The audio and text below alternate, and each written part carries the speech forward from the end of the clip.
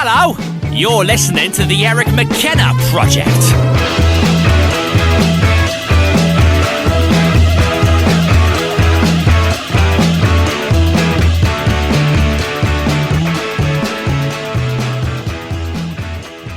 That's now you've given me actually an idea. Now you give me an idea. So you guys have two. We only have one. We're the second class Give me citizens. an idea. I told you the sociopath takes the cookies. She has it Creates too. the distraction, manipulates the masses. She's dominating the takes all the entire cookies. situation. She's got both McKenna things and all the cookies. Yeah. She's the top 2% or 3%, whatever. I know. 1%. Whatever. She came in with the clown She's part of nose. the She made you 1%. guys underestimate her. You're See, lucky I you didn't see her associate. coming. See, it's all a ruse. She lives in Washington County. It's all undercover stuff. Like she lives very humbly, very soft spoken. Yeah. Just maneuvering Comes in through with a her clown day. nose. But in reality, comes in with a clown in nose, reality, self-deprecating it's humor. to disguise Yeah. her belonging to the 1%. The fucking iron fist. Look at my spread over here. That's right. Anybody want a mint? Man. Do you guys want a the mint? nude mints, yes. Nude mint. I said this might be some kind of a proposition, but we'll Okay, see. so What is this? they're called nude mints. Okay, do you guys like mint? Or are you Yeah. wimps No, when it comes to I mint? like hardcore mint. I'll do like straight up peppermint I never oil. heard of hardcore All mint right. Yeah, I'm a before. hardcore mint All right. fan. Because these We'll are tell little, you about want some one? Yeah. mint right. adventures we So have. they're little. They're only that big. They're little beads. Oh yeah, I've heard of these. Yes. Okay. I'd rather take it willingly than have you slip it in my drink, iron fist. Now they don't. And you trust that, Jerry? We'll see. Technical difficulties. All right. All right, I'm game. Looks like a birth control pill. So you. I took one of those once. Did you really? Yeah. By accident or on purpose? Yeah, my girlfriend at the time wasn't happy that I did. Oh. Oh, Busting and joint up. Okay. This thing is like really. So you swallow. You let it dissolve, and then It's like a hummingbird egg.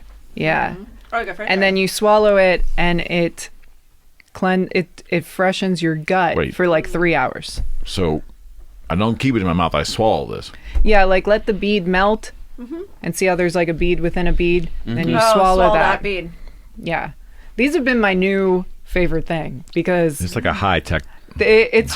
breath mint. I want everybody to love them as much as I love them, but it's pretty 50-50. Oh, I'm liking Some it. people are like, No, this is good. My dad was the funniest one because I just thought he would like it. He's always been a like mint gum chewer He's person. a mint guy. Everybody Yeah. knows a mint guy. It's So I pretty was like- fucking minty. Yeah, it is. It I is. like it. It's strong. So I was like, Dad, try one of these mints. And Pretty fucking minty. Cleared out my sinuses. yeah. And he came over and he's like, oh, I don't like that. I don't like it. So then he was like real like not into it. And I was like, I'm surprised. I thought you would like it. So then like a couple days later or something, I went Yeah, over to their house and I said, Mom, you want a mint?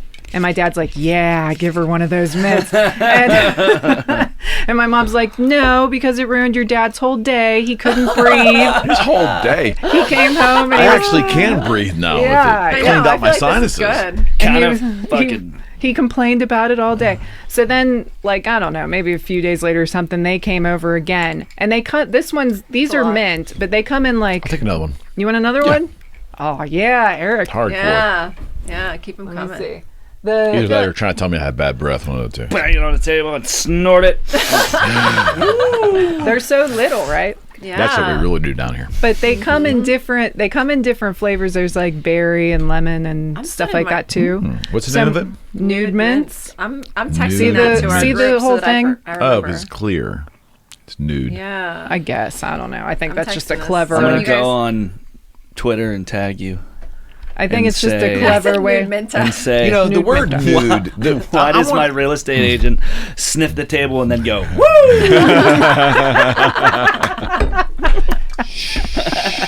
The word nude freaks me out because it goes back to when I was a kid, and the first time I really heard the word nude in any kind of like either sexual or an anatomy context was this young girl I was dating was going out and she was buying bras. And the color was Is nude, yeah. Now, I'm like Stockings. probably 13, 14 at the time. And the word nude was like, huh, so it's flesh tone.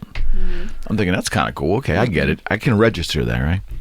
So then I had an aunt, or not an aunt, actually she was a cousin, we called her aunt. She was a large woman. And she had nude stockings. Yeah. And I happened to, unfortunately, run down the hallway and glance in, and she was wearing these nude stockings around. That'll ruin it for you.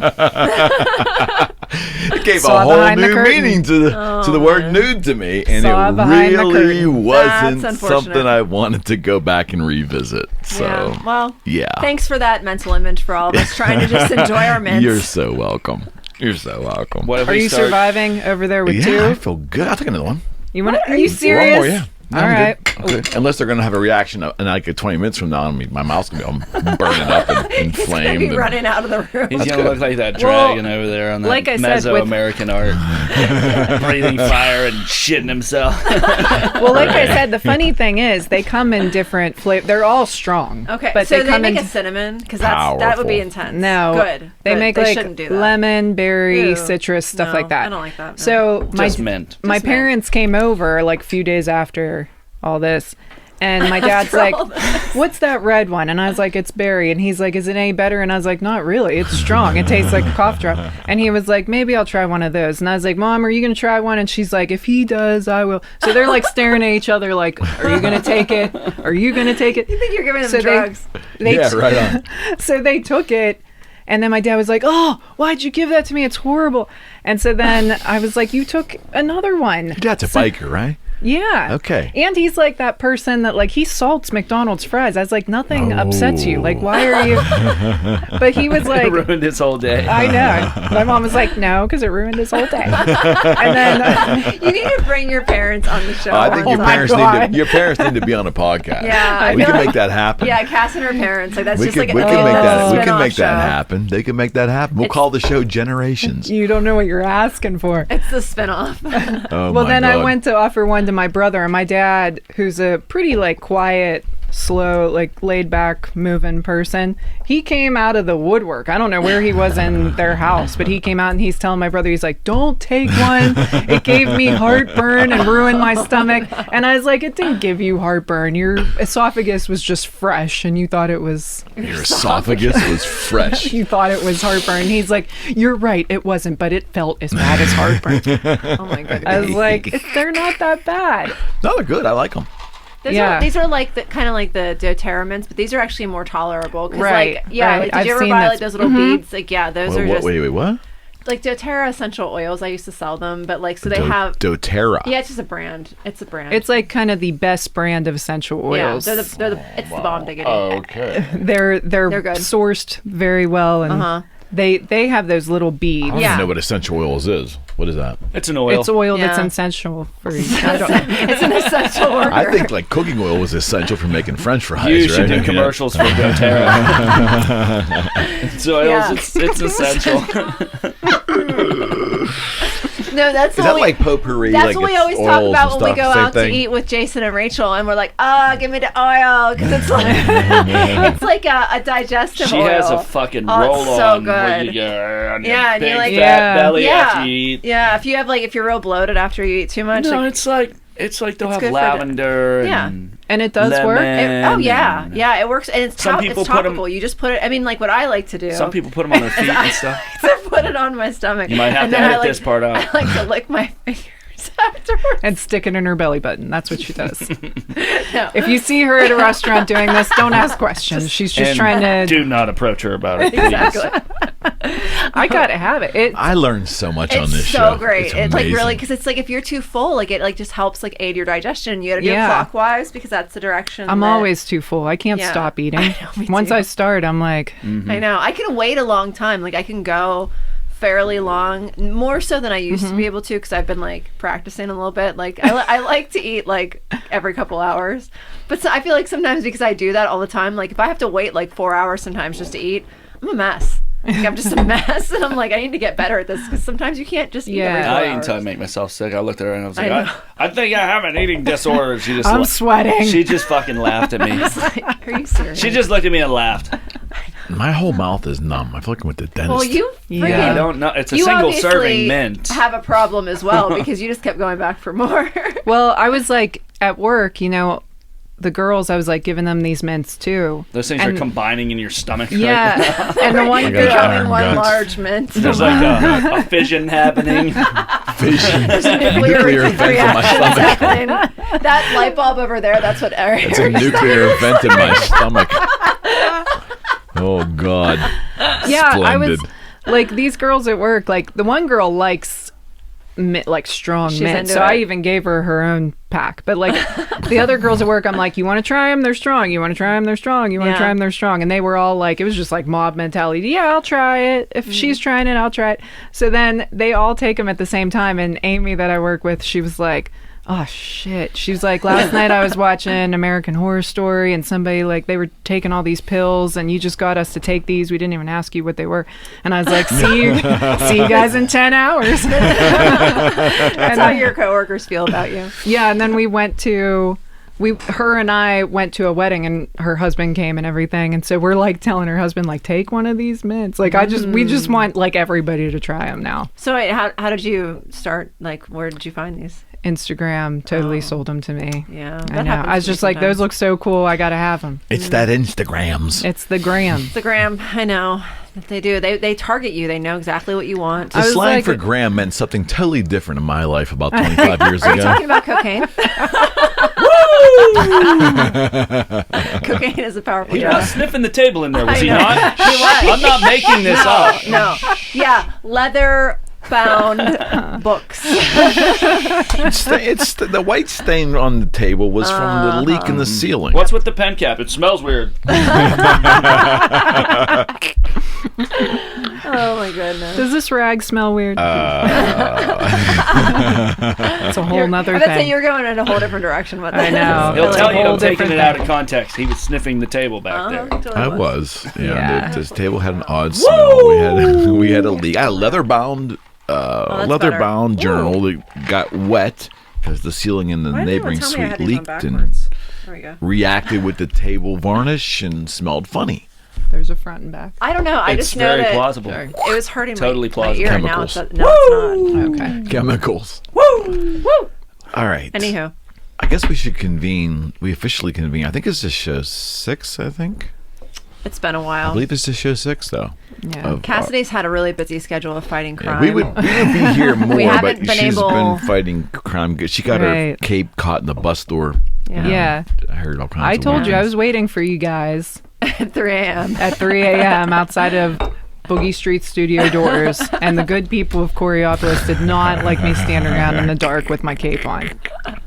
Actually, I was taking the walk the other night, and like a guy in a Superman costume came out of the Unimart and scared the living shit out of me. Are you being serious right That's now? on social media. Look it up. Oh man. Yeah, that was interesting. I'm sure the guy was a nice guy, but Oh, the sure. full Superman costume and a gas mask. And a gas And mask. I guess. Oh, that's an interesting touch. Yeah. Just Yeah. I'll leave it there, and you Well- can use your imagination. Remember that there aren't phone booths anymore, so he has to go somewhere I mean, that's to change. So he was What was like, he in the sewer? Is that what he was? I mean, I don't get the gas mask thing, but that's okay. It is what it is. I mean, we're in the middle of a pandemic. I mean, yeah, who you got to be knows? understanding to people. I am understanding, very understanding. Yeah. I'm also very fascinated, and when you're fascinated, you can be more understanding because you want to see crazy shit. You want to be entertained. Yeah, I could see that. But seriously, thanks for coming down here and doing this again. We still, as we talked prior, we really have no idea what we're doing. We just get together and we talk about things we want to talk about.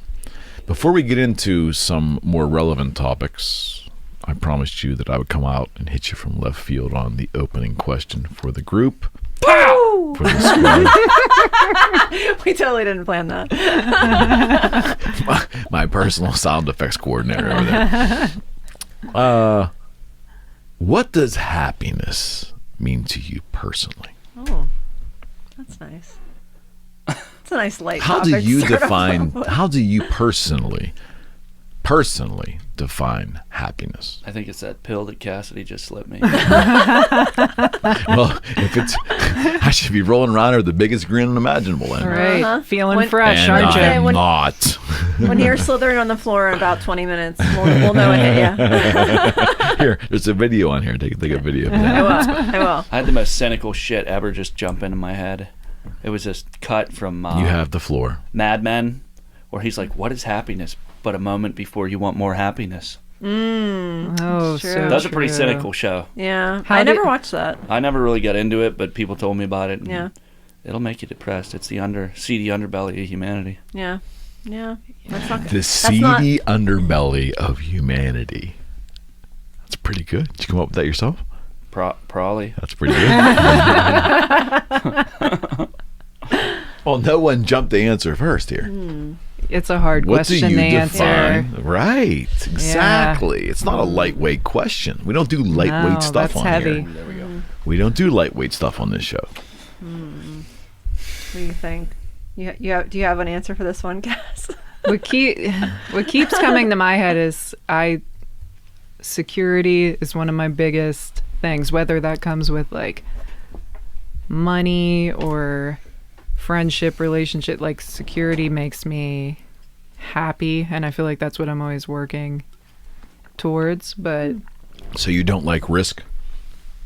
nah, son, that's not my thing. I'm not a risk taker.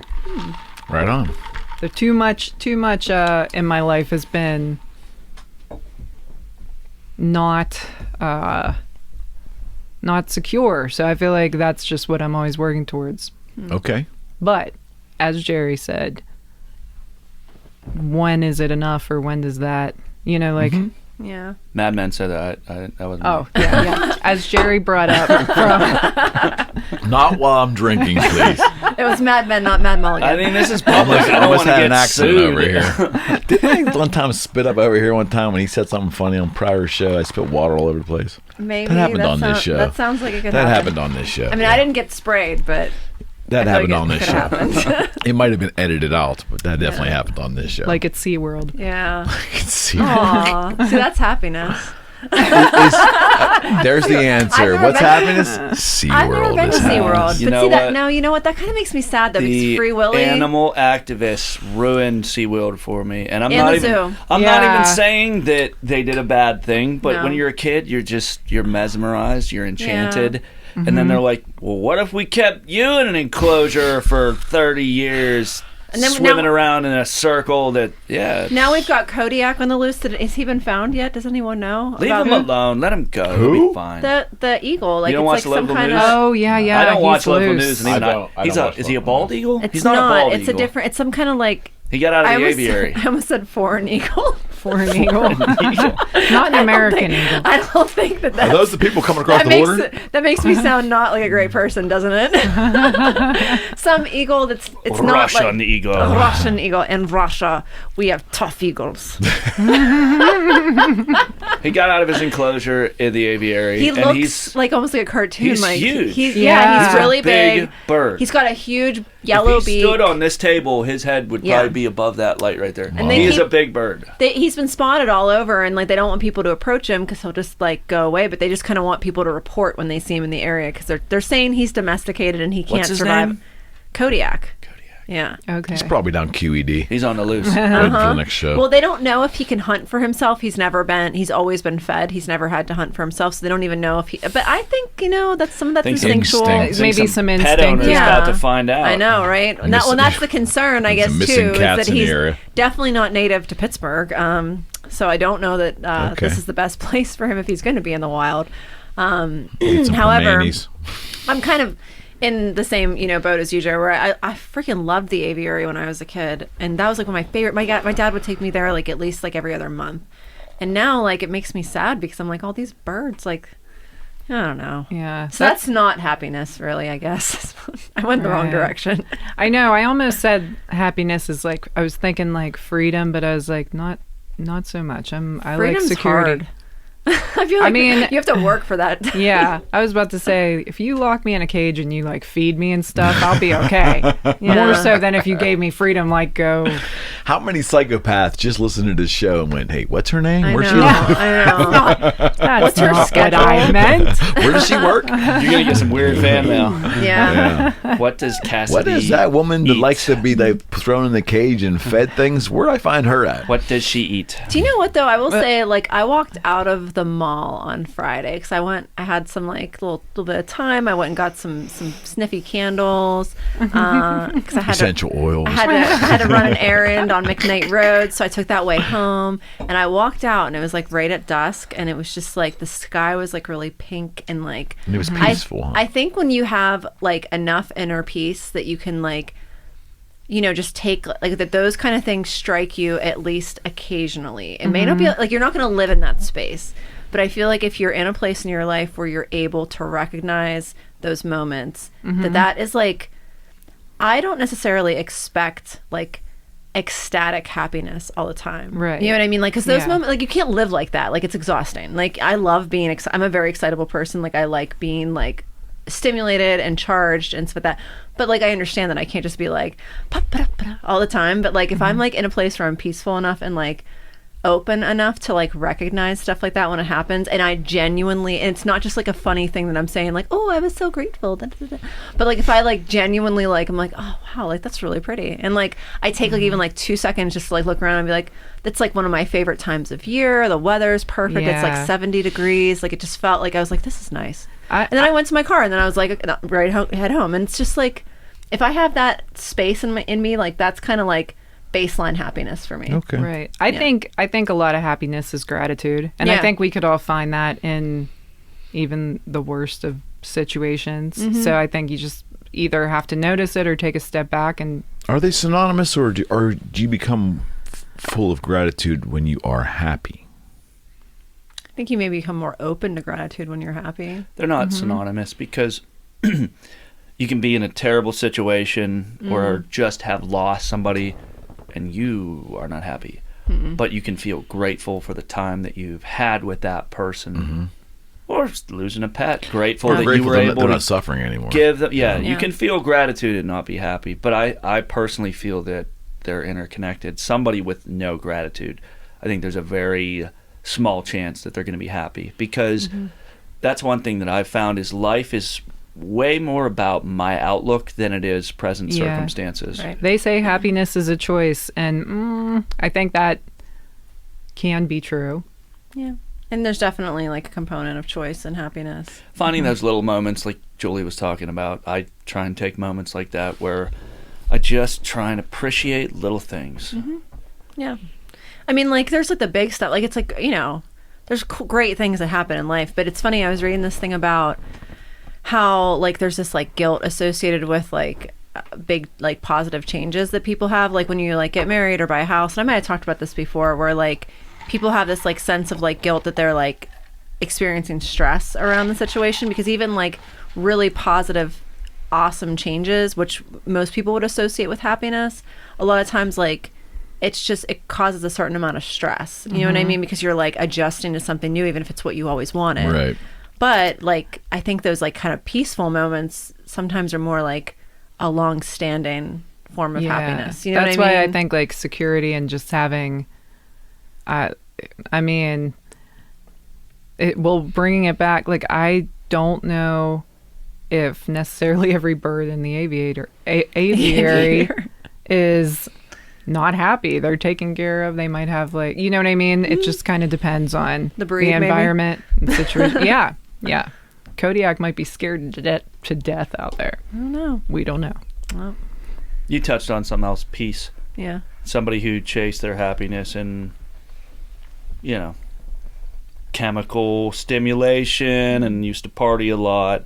Like, a lot of the happiness that I've found living a different life is peace. And that's honestly more important to me than happiness, because I can live without happiness. You know, I've lived without happiness where I'm just kind of focused on my stuff day to day, and someone asked me, are you happy?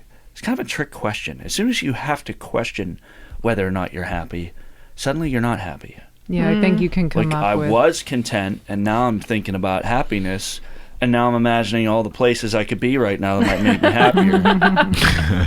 No, that's a really good point. I really like that, It actually. reminds me of anger management. Yeah. Went from happy, skip sad. Now I feel like kicking his ass. But, and I know I keep making popular culture references rather than something more intellectually credible, like some, I don't know, fucking philosophy on happiness. But what was that movie with Will Smith? He became a like a stock trader or an investor. He hit Wall Street. Was it called Yeah. Happy, or was the kid named Happy? He had a son. I don't think it was that. Was he living in a? It was like in a bathroom probably in an about airport or 15, something. 20 years ago. And yeah, he locked himself in That's a public. a true story. Yeah, Yeah. I remember that. But The kid's name was Happy. Was the name of the movie Happy? I don't know, man. I don't know. That's not ringing any bells, but it was a long time ago. And I think I only saw it once in the theater. It was a good movie. But he was talking about something. I think it's in the Constitution, Pursuit of Happiness? right? That I think that was the I name think of it. that's the name of it. Yeah. Yeah. But he was talking. I think it's in the Constitution, right? I'm a real good patriotic American. I'm like, is that in the Constitution? Yeah, the life, liberty, and the pursuit of happiness. No citizen or whatever will be denied life, liberty, or the pursuit of happiness without due process, right? No, that's life or property. Better go put that on the reading list. Read the Constitution. I know. I started to when we were at our Airbnb. The point is not the Constitution, is happiness. He was talking about life, liberty, and the pursuit of happiness. And he said, how did the framers of the Constitution know that? Yeah. That happiness is something that we pursue, not that we have. Right. Because they came from England, where they were being oppressed But for various reasons. The idea that you spend your whole life pursuing the pursuit of happiness. Yeah. Because you can achieve happiness and But then it's fleeting. then maybe 6 months later you're not happy. Yeah. It's something we're constantly maybe generating.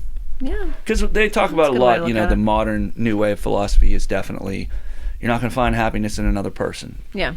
You're not going to find happiness in, oh, now I got my dream job. Like, if you're not happy with yourself, you're not going to find happiness in all these material things around you. Right. But do we need to be happy? Is being content maybe more important? Well, I think that plays into what you were saying about peace versus happiness. Is like, it just kind of depends on like how you define those terms. Is like, like I said, I think happiness, at least what I kind of like imagine when I think of happiness, is sort of like kind of like more akin to elation. You know what I mean? Where and it's like, and elation. Yeah, I like like words. It's kind of like I like turtles saying same thing. But no, like I think like I like Oreos too, but they ain't sharing them over there. Yeah, jeez, you guys. All you got to do is ask, man. All you got to do is ask. I gotta do something to offset this chemical burn in my You did that to yourself. Don't you talk to my dad because I don't need you guys. Let's not beleaguer the fact Actually, I'm fine. that she injected Drano into a bunch of fish eggs and gave them to us. Not like candy. Yeah, that was Drano caviar. You guys are the ones. caviar. It's your fault for taking it. Yeah, exactly. Okay, it's our fault. Yeah, we should Thank you. question these things. I more. agree. Right. It is definitely You our want fault. angels? I'm good right now. I'm enjoying my singular mint that was the recommended dosage. I know we were going No, all but- out and took 3. Oh, I'm gonna have a Give couple me more another before one. we're done. Give me another one. Give me another Happiness one. is happiness is pretty broad too. Like Yeah, that's true. I could eat an Oreo and it might make me happy. Yeah. That's the elation you were talking about, Or you can talk about like, oh, you got a new job. Mukbang. You got a new job. Are you happy about that? And it's like, okay, I'm excited and I'm gratified by the fact that I got a new job or promoted at work. Like happiness can take a lot of forms and it can mean a lot of different things. I think when you asked me that, what I thought of, like I think where my head went with it is, are you fulfilled? And maybe that's what happiness means to you. And I agree with Julia too. I think if I think I'm it's a form of happiness. Yeah. Is it a Fulfillment. feeling or is it a state? Happiness. I don't know, are we looking at it as a feeling? I feel like I'm gonna go all Forrest Gump again. Maybe I both. think maybe both. Both happening at once. Cassidy, have you watched Forrest Gump yet? Shit, no. I haven't. Don't bother. No, don't listen to him. We're not having this debate again. This is not a Garbage. rerun. They're That's going to be like, wait, 2.5 hours of your life you'll never get didn't I back. already see this episode where they were crapping on about Forrest Gump? Okay, I'm sorry. Continue. But I agree with Julia also in the way that She always agrees with me. Yeah, what is that? Shut up. She gets it. happiness can be overstimulating sometimes, and I think like sensory overload is a real thing for most people nowadays. And Who the hell sometimes complains about getting too much happiness, though? You ever heard that? there's a lot maybe that comes with being over elated, especially the come down, and especially all the things that I mean, I think people can keep going for so long. They can't keep going. Indefinitely. Right. Yeah. Maybe I'm not getting the definition of happiness. So, Me neither. is it a state, or is it like is happiness a state of being? How do I know? You brought it up. Did you talk to the guy? What The guy? guy with the thing. What thing? got How nothing. should I know? The You first brought thing, it up. The first thing or the second I got thing? nothing to throw. I got, No, you promised you wouldn't throw the papers. I got nothing to throw. We need those. I got nothing to throw. Listen, Promise I no think, throwing the papers. I think it comes back to what you're talking Did you about. lose your notes? Is it, oh, shh. Now we're screwed. Is it We're a good. feeling or a state of being? Because I think if it's a feeling, then that's kind of like where it can become overstimulating.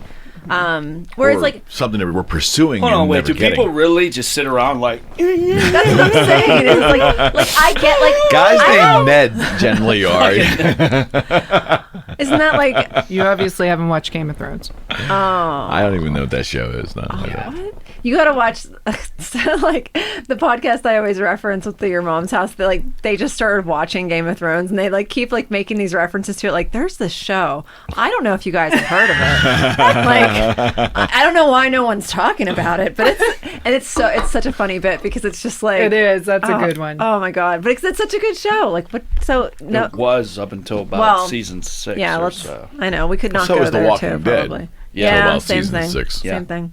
Yep. Once they got rid of Rick, it's done. No. Hey, I haven't watched that far. Rick was I my haven't even watched favorite, that. but I I haven't did, watched that far either. You can't not know that they wrote Rick off the show. I did know that, and he Okay. is Yeah. my favorite. So That's I what was I like, mean. why Like, go on? Exactly. Yeah. Yeah. I mean, that's the thing is when they There was when, no character strong enough beyond him to carry the show. No, they Exactly. thought Norman Reedus was going to carry the show. No, he's I'm like sorry. He he's was, an- you know. Yeah, he's like an he's your He wasn't he's your even in the- anti-hero. He wasn't even in the original graphic novel. I was about to say, They I wrote always him and his kind brother of in. thought he was on borrowed time because he wasn't like a real. well, not just that. He's like your side dude. right. You know? Yeah, yeah. He's not the main guy. He's an anti-hero. Yeah, yeah. Oh, like your side dude. I Yeah. mean, he's not the. He's not going to keep your attention. I mean, Now you're living in inefficiency, eating bologna. Is this what you wanted? Are you happy? Is this what happiness back is? to happiness. So you're saying, implying that maybe having a side dude is initial happiness, but in the end will lead you to a lifetime of unhappiness. Or a side chick, whatever. Well, Vice wait, versa. hold on. Let's really go down a rabbit hole. Okay. They say Like hell. we haven't already. They say hell is when all your wishes come true. When everything you wish for comes true. Be And careful that's the what you thing. wish Like, for. if you think about Ooh. happiness as a state of being, It's provoking, thought provoking. I think it comes back to it's way more about your attitude than your present circumstances. Now, it's hard to just get dealt a really rotten hand and then just be like, oh, well, you know, everything happens for a reason and what goes around comes around and just put on a happy face. Like, but you can put somebody in a set of circumstances where they get everything you could ever want. Opportunity, a life of luxury. Like, so many wealthy people are so desperately unhappy. And we don't feel bad for them. I can't remember, somebody was like, never feel bad for somebody who has their own private jet. You know what I mean? Because, like, there's people who are doing without and they're in destitute circumstances. Right. But, I mean, we're all human, regardless of our circumstances. So, right.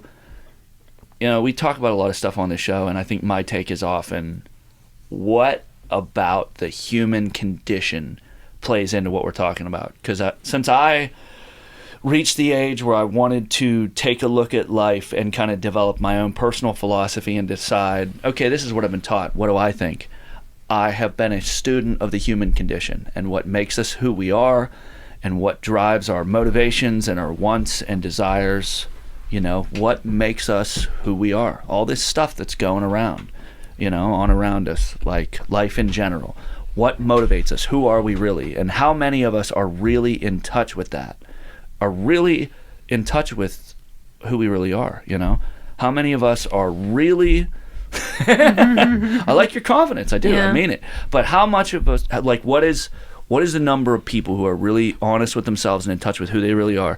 And how many of us are just looking around at the pretty lights? And this has been my mantra, Jerry, from the time I started this show. Anything other than to take an honest look at themselves and their lives and really ask themselves the question, am I happy? Is this what I want in my life? Because I think so many people are jaded. They had some concept of what their lives could be and what the world was when they were younger. Mm-hmm. And that was either violated or damaged, or it just didn't pan out. And they're just like, I want to be comfortable. And that's all I want, because to want or hope for anything more means the possibility of such crippling disappointment. And I'm not willing to go through that again, whatever trauma that person experienced, by really believing in something and really wanting something for themselves and for their lives, and realizing that shit just ain't going to happen. It's really hard to believe in something and to truly invest, because to be disappointed in that way when you really invest deep down and it doesn't pan out, I mean, it's hard. Yeah. All right, so this is my take on it for what it's worth. Now, before I say all this, I'm going to preface this by saying that I feel that my way of living is not for anybody else. I don't think anybody should live like me, think like me, act like me, nothing. I'm just speaking what's worked for me. And I speak about it because I observe. And I think there's a lot of people that are living differently than I do. And I'm not always happy, and I'm not always content. And I have all the frustrations that everybody else has. But about 27 years ago, I read material that guy, Jim Rohn, said, hey, what do you believe in? Do you journal? Do you write things down? What is your personal philosophy? Write it down, develop it, spend time with it, massage it, knowing that it's going to change as you progress in life. But at least be in touch with what the hell you believe on the big issues in the life and the little issues that matter to you. And I did just that. And yes, it is. If you would go back and read journals that I had in the 90s, I'm a different person multiple times getting here. But the point is, at any point in time, if you ask me what I believe, in big context, I can tell you definitively. And the things that I'm confused about, I will tell you definitively. I don't think most humans are walking around going through their life. I don't believe most have spent quality time examining themselves, because you know what? It's painful. I have examined myself at times. It made me bawl like a baby. You know, I felt bad for myself. I've been through all the human emotions, but I do spend time examining who I am. And I just accept that as that's the way I kind of maneuver. But I'm also aware that from what I see, that doesn't happen a lot. Humans are not, as I see it, really spending quality time understanding what their personal philosophy is. So I'm puzzled because I only know one way to live, but the way I've been doing it. But I don't think a lot of people craft their own belief system beyond religion, beyond even red philosophy, beyond all of that. What is your philosophy on life at this moment, knowing that it'll change tomorrow? But in that philosophy of life for me, what brings me happiness is really three things, and that really hasn't changed. It's coincidentally, when I started doing all this writing and self-reflection, it started at the time where I was looking into entrepreneurship, so that kind of bridged all that. Being an entrepreneur gave me freedom. I am free to live my life on my own terms. And when you are, when you can derive your means of sustenance by your own efforts, not by someone giving you it or for a task accomplished, it's a mindset change, and it's a thing for everybody. It's obvious. That's cool. But that freedom is happiness to me, whether I had money or I didn't. Not having to take some shit from somebody potentially to survive That was happiness. The second thing is having people in my life that I can be honest with. I mean, brutally honest with, because for a lot of my earlier life, before all of this, my childhood, I didn't have people that I felt comfortable enough to be brutally honest with things that were hurting me. Someone I can open up to, have that conversation. You know, it could be a family member, friend, spouse, whatever. That gives me happiness when I can unleash, have a good conversation. And the third thing is more specific, but music. I mean, music is an incredible release for me. Before I took the guitar seriously, and then absolutely when I really took the guitar seriously, and I learned to incorporate that movement and that activity into who I am through expression and all that. But those are the things I can identify that can make me, quote unquote, happy. I have no delusions that my way is right for anybody else, and it's not a right or wrong thing. But what's always puzzled me is like I think I try to be in touch with what I believe, and because of that, I think the big picture questions of life I don't spend too much time on, because I think I've kind of already spent enough mental energy trying to figure out for me what works. Does that make any sense? I don't want it to come off high-handed or nothing. It's not how I'm saying it. It's just, it's kind of a remedial process that I go through, and I get a lot of it done through writing, mindless getting it out, so I don't think it's complicated, you know what I mean? Because it hasn't been complicated for me. I think one of the things you're describing to me anyway sounds like it's like there's happiness, but there's also like satisfaction. Okay. And I think that like that, to me, like what I hear you saying has a lot more resonance with like that sensation. And like sometimes for some people that is like, having like a sense of like deep satisfaction, whether it's like in your professional life, your home life, like your personal, like all the things you're describing, like there's a certain sort of like kind of like stick-to-itiveness that's like, you know what I mean, like kind of like, yeah, but it's just like kind of like digging into something, and then like that satisfaction of just like getting that result. Like whether it's like, the result of having that time freedom and, ability to kind of like live life on your own terms, like what you're describing with the entrepreneurship, or like having deeply satisfying relationships that you can actually feel like are authentic and like that's a good word. Worthwhile. That's a good word. But, and like all those things kind of like create happiness for you. Yeah. But like, I think when I think of like happiness, I'm thinking more, like I said, like of this kind of like elated sort of like state of being. Whereas I don't have a lot of that then. I don't find myself being overly exuberant about shit ever. But that's what I mean. Like, I think that you can sometimes, and I think that's kind of maybe what we're all sort of like realizing, is that like a sense of satisfaction or security or like peace can be more important than happiness. I just want to fuck everybody's heads up for a minute. Okay, sure. What if happiness doesn't make you happy? Yeah, there you go. What if happiness doesn't even exist? What's that? Like, what's that meme? What if I don't even exist? What about that? It's that Skeletor meme. I don't like being good. I like being evil. But yeah, no, I mean that's happiness is a wide open thing. Like you're like, oh, happiness, and at first, contextually, everybody understands what you mean. But as soon as we start talking about it, like, are we talking about joy? Are we talking about excitement? Are we talking about satisfaction? Are we talking about fulfillment? Are we talking about security? Right. I mean, the fuck are we talking about? I think we use happiness contextually a lot. Yeah. You know what I mean? To mean, like, you would say, oh, are you happy with that situation? Like, are you happy with your burger? Like, is this burger really making me happy? Like, it might. Have I been searching my whole life for this burger here? Have you been searching your whole life for a burger? I've had some good fucking burgers. Yeah. If we went out to dinner together and somebody's like, oh, are you happy with the food? Like, when the server asked me that, am I supposed to be like, you know what, I would be, but, it's been a rough couple weeks, and if you want me to be honest, I had kind of a rough child. I don't know. You got to do that. Do you have a minute? Film that. Do you have a minute? You got to do that. Because you asked me if I was happy. Are you here for it? Are you in for the? Are you here? Yeah. Are you here with me? Are you here for the long haul? Are you here? Because it's gonna take a minute. Yeah. Like, that's not what you're asking. So, are you happy with your food? Oh well, let's talk about it. I'll tell you what Aristotle said about happiness.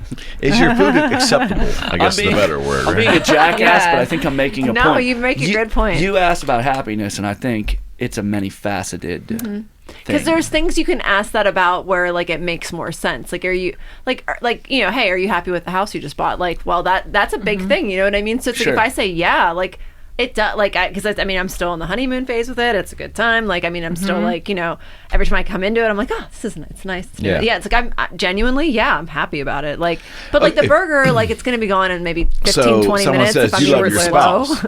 Your spouse might be driving you out of your goddamn mind. The past 3 months you want to throw off a boulder. But do you love your spouse? The answer to that is, well, yeah, of course I love her. Yeah. But if someone asks you if you're happy in your marriage, then that's a different question. Right. You know what I mean? Are you happy with your marriage? Are you happy despite your marriage? And is it transient? Oh, snap.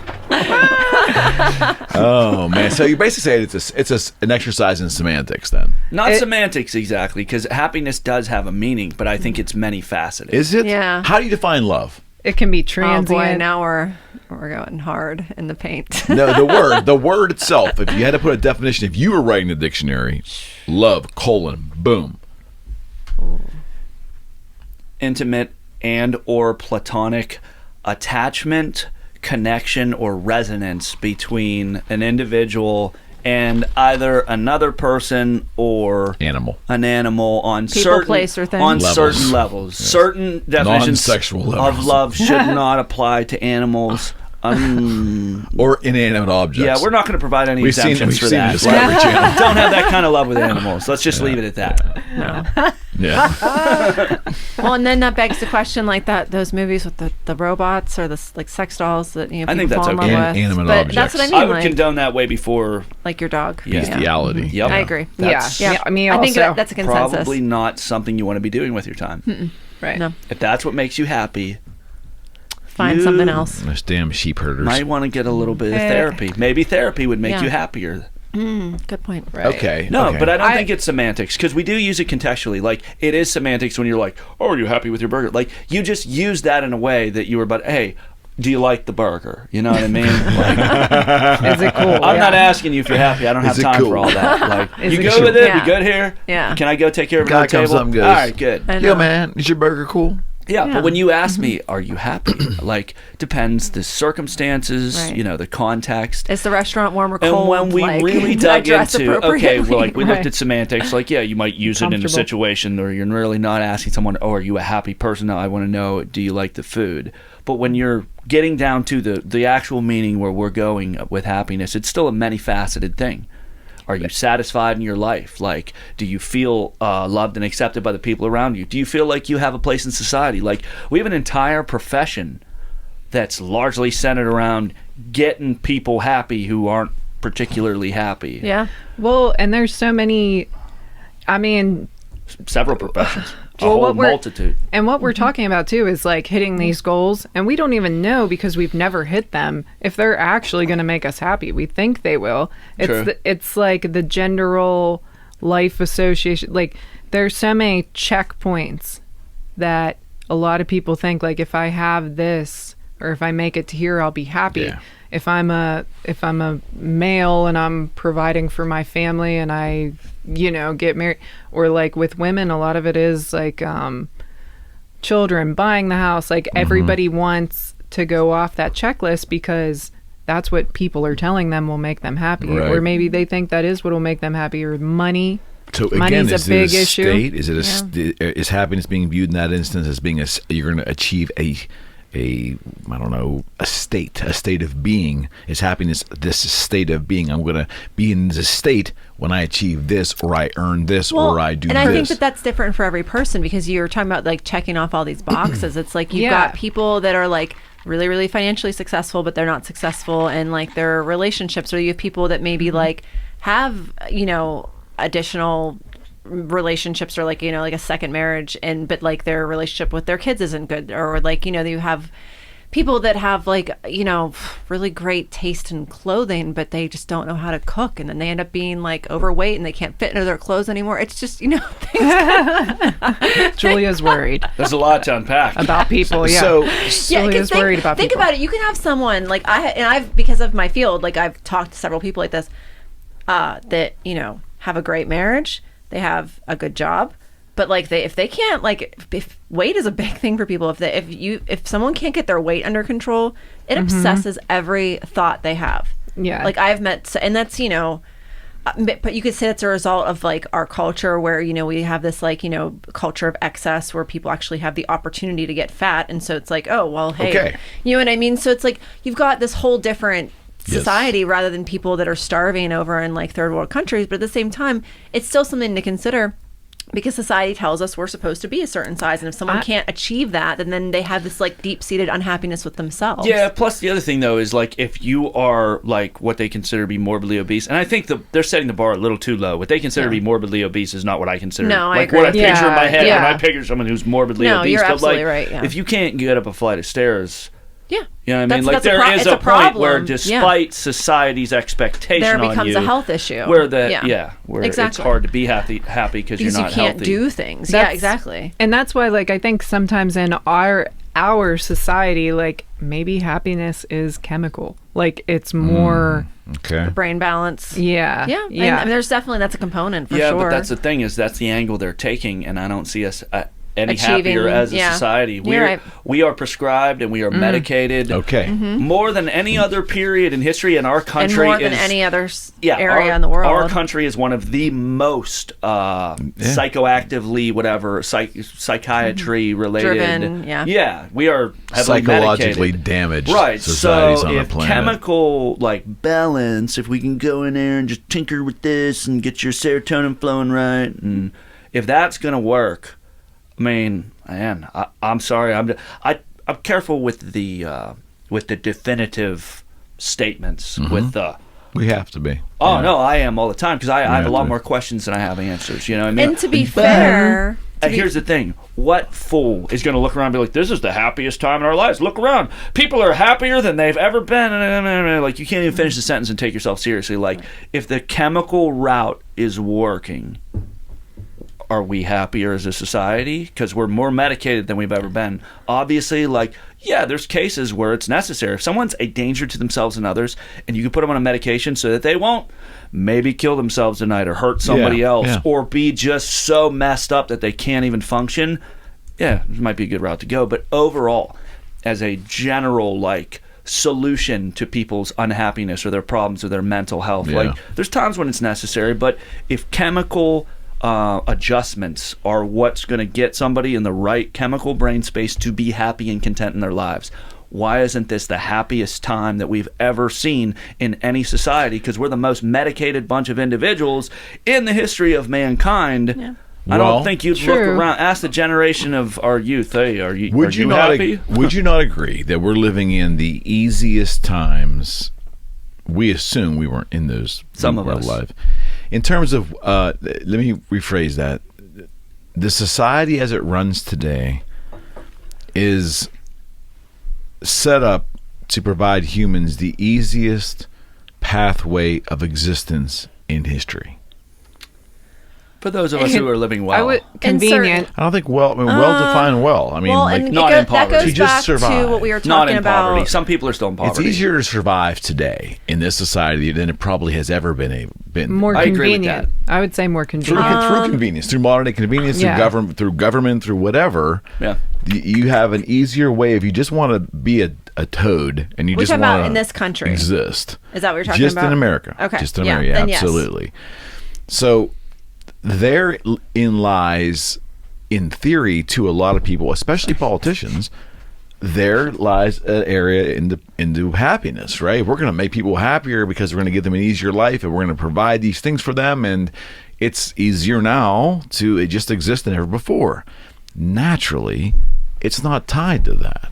Happiness can't be tied to that because there's a lot of people just existing today. Well, we've talked about this before, that like we're still kind of like in this like in between state in evolution where, you know, we have all these like primal drives and like instincts that we aren't utilizing, and I think that kind of generates a little bit of like dis-ease and unhappiness for us because we don't, like, we're still like kind of like bound in these like more primal bodies that like maybe don't need to be function. I mean, hey, So kept and stuff. Like, yeah, like I just feel like because we don't have to like forage for food as much and we don't really have to like do the same things we had to do to survive, like we're starting to like experience this kind of like unsettlement because, you know, now we're maybe, you know, you could look at it optimistically and say that we're evolving towards like a higher state of consciousness, but like Doesn't feel like it. I was going to say, like, the general populace, I don't know that I would give that much credit to. So I don't know if that's entirely the case or not. That doesn't feel like it. But I think that there's definitely something to be said for, like you were talking about, Jerry, like the pursuit of happiness. Like, you know, what is, like, realistic and the expectation of, like, what we should be finding happiness towards. in the journey. I mean, I know it's a catchphrase, but I mean, isn't no, that... but it's a fair point. Yeah. It's something that occurred to me earlier. I mean, like the it's whole almost... idea with the Will Smith quote from the movie, like, the pursuit of happiness, the journey.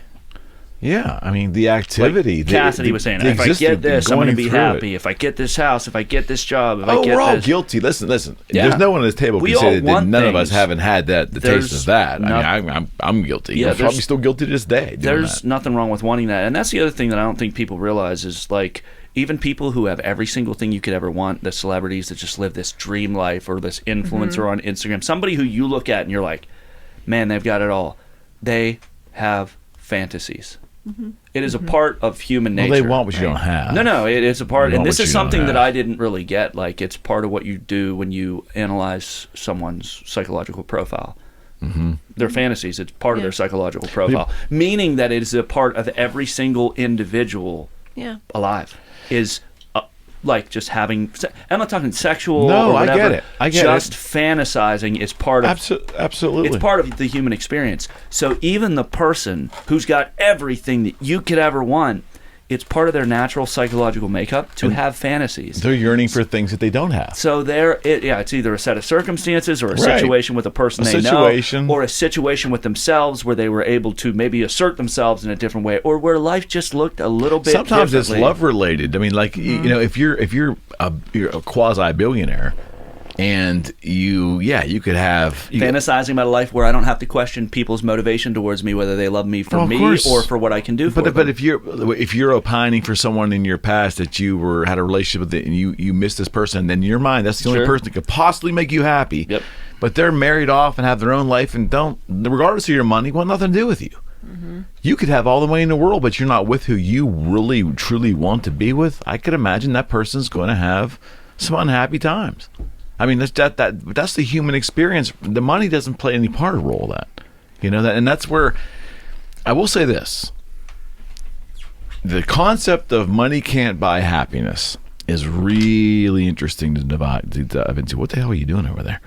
You'll see it making a piece of art. I'll show it to you. I thought that might be what you were doing because you looked really, really intense. And I'm I was listening. Like, I'm no, listening. I can tell. I'm I saying- have energy, and I know I'm that. telling I know you, that. I feel, reflecting on my life, the times I've had money, I was happier than the times, plural, that I didn't have money. I'm sorry. That's just, I mean, I know it's a heartless thing to say, and it goes No. against all the...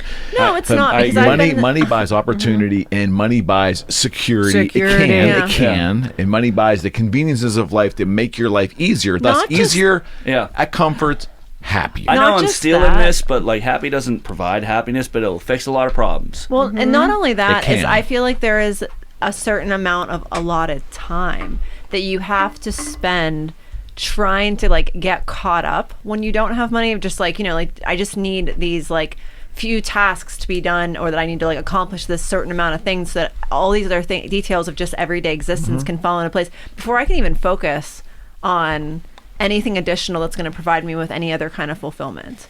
You know what I mean? And so it's like, It adds more stress, or Th- different well, kinds that's- of stresses. but I also feel like the flip side of that argument is that, you know, you talk about people that have like everything that are like deeply unhappy, is that sometimes it's like there's like that threshold you can cross where you have like almost like too much time to like think about whether you're happy or not. And then like that creates a certain amount of like this unhappiness too, because there are people that if they're just like kind of focused on like the everyday like struggle of just like, okay, I got to get stuff to work. I got to pay off this bill. I'm a little bit behind on here. And that's kind of what's consuming most of their life. They get to the end of their workday maybe, and they've done all the work they can do, and they're just like, okay, now it's like time to just chill. But like, and like they've generated enough energy throughout the day that like that end day time, there's like enough peace. They're kind of like, okay, cool. Yes. But yeah, I've watched people go absolutely nuts during quarantine. Yeah. People changed who I never thought they were. And there's no sense of accomplishment or where to be or organization or sense of security. And even with me saying like security and money is something like I like to make money to secure myself. So if I like, it wasn't a secure feeling being in quarantine. Right. And I think there's a beauty in the work, and I know that that's probably a ultra capitalist way of looking at life, but I honestly believe there's a beauty in the work / being industrious, the activity of it. No, you know what? Honestly, like the recognition sometimes even too of like, you know, a task well done, or like, you know, like when you've like done something really, really well, and you're like, you know, when you work in a kind of like a job like I work in now, where like I'm not salaried, but I'm an hourly employee, so like my income doesn't change a whole lot. You know what I mean? Like, but I'm someone that, because I always did have a job where it was my income was sort of based on my activity, it still matters to me, like my tasks, like my product, because I have to like chart my productivity and all that kind of stuff. So like it matters to me that I'm like upholding a certain standard, because I feel like my time is worth a certain amount. 100%. But I also feel like based on my worth is based on what I'm able to generate. And I think that's kind of like more of a modern day evolving of like what you were talking about. Now that we're here and we aren't having to forage for our food or like go secure ourselves in that way, that is how we secure ourselves. Even in Washington County? Even in Washington County, we don't apologize, but that's how we secure ourselves. That's how we get shit done. That's how we get shit done. That's how we get shit done. Oh, man. Okay, so here's the next segue, because Jerry kind of gave it to me. You actually gave it to me, Julia, and we're going to, you know, what's he making over there? What is that a vagina? Looks like lips. That's what I thought A too. vagina. It looks You like, interpret it yourself. The artist doesn't explain it. So, Oh my God. it looks like a stuffed shell. That looks like happiness to there me. you go. We'll go with that. That has looked like happiness in sometimes in my life. Girl Yes. I married. Oh, you got to see it straight on. Still looks like a stuffed shell to me. Good. They do evolve over time, though, too. You know, Stuffed shells? Vaginas. sometimes.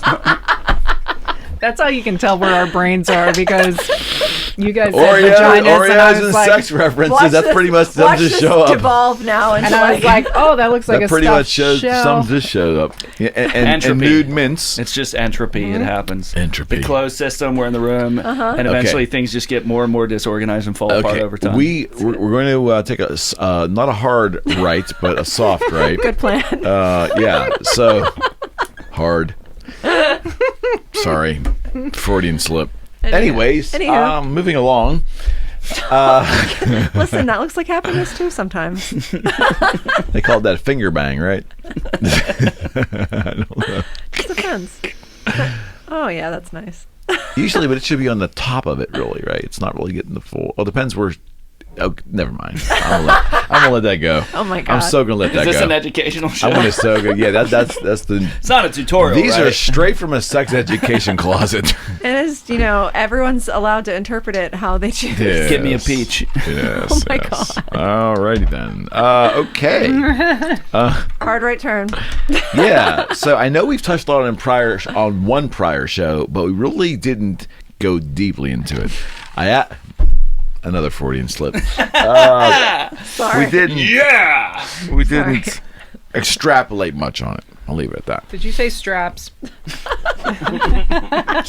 He should have brought the I'm in papers in. a room with a bunch of first graders. I was like, you're going to be throwing those papers with those notes you're making. He's I like, got no, no. this is going to go really well. I'm just Yeah, like, has he yeah. met us? I know. He acts like we Yeah. haven't done this before. Right. Okay. Yeah. Just trying to keep the audience engaged. This Go is ahead. fantastic. First time? First time. There's got to be a first time Is eventually. this your first time, bro? First time. Long time listener, first time caller. That was actually said to me one time. Oh man. Yeah. Whoa. Not the bro thing, though. And more was like, honey. I got that. Yeah. Where do I go with this? That's now? pretty. That's honest. I like It's it. very honest. And it's Listen, very, can I- and it's very true. Can I have an Oreo now? I'm ready. Yeah. Okay, thank you. All right. All right, hit me. So, I better take 2.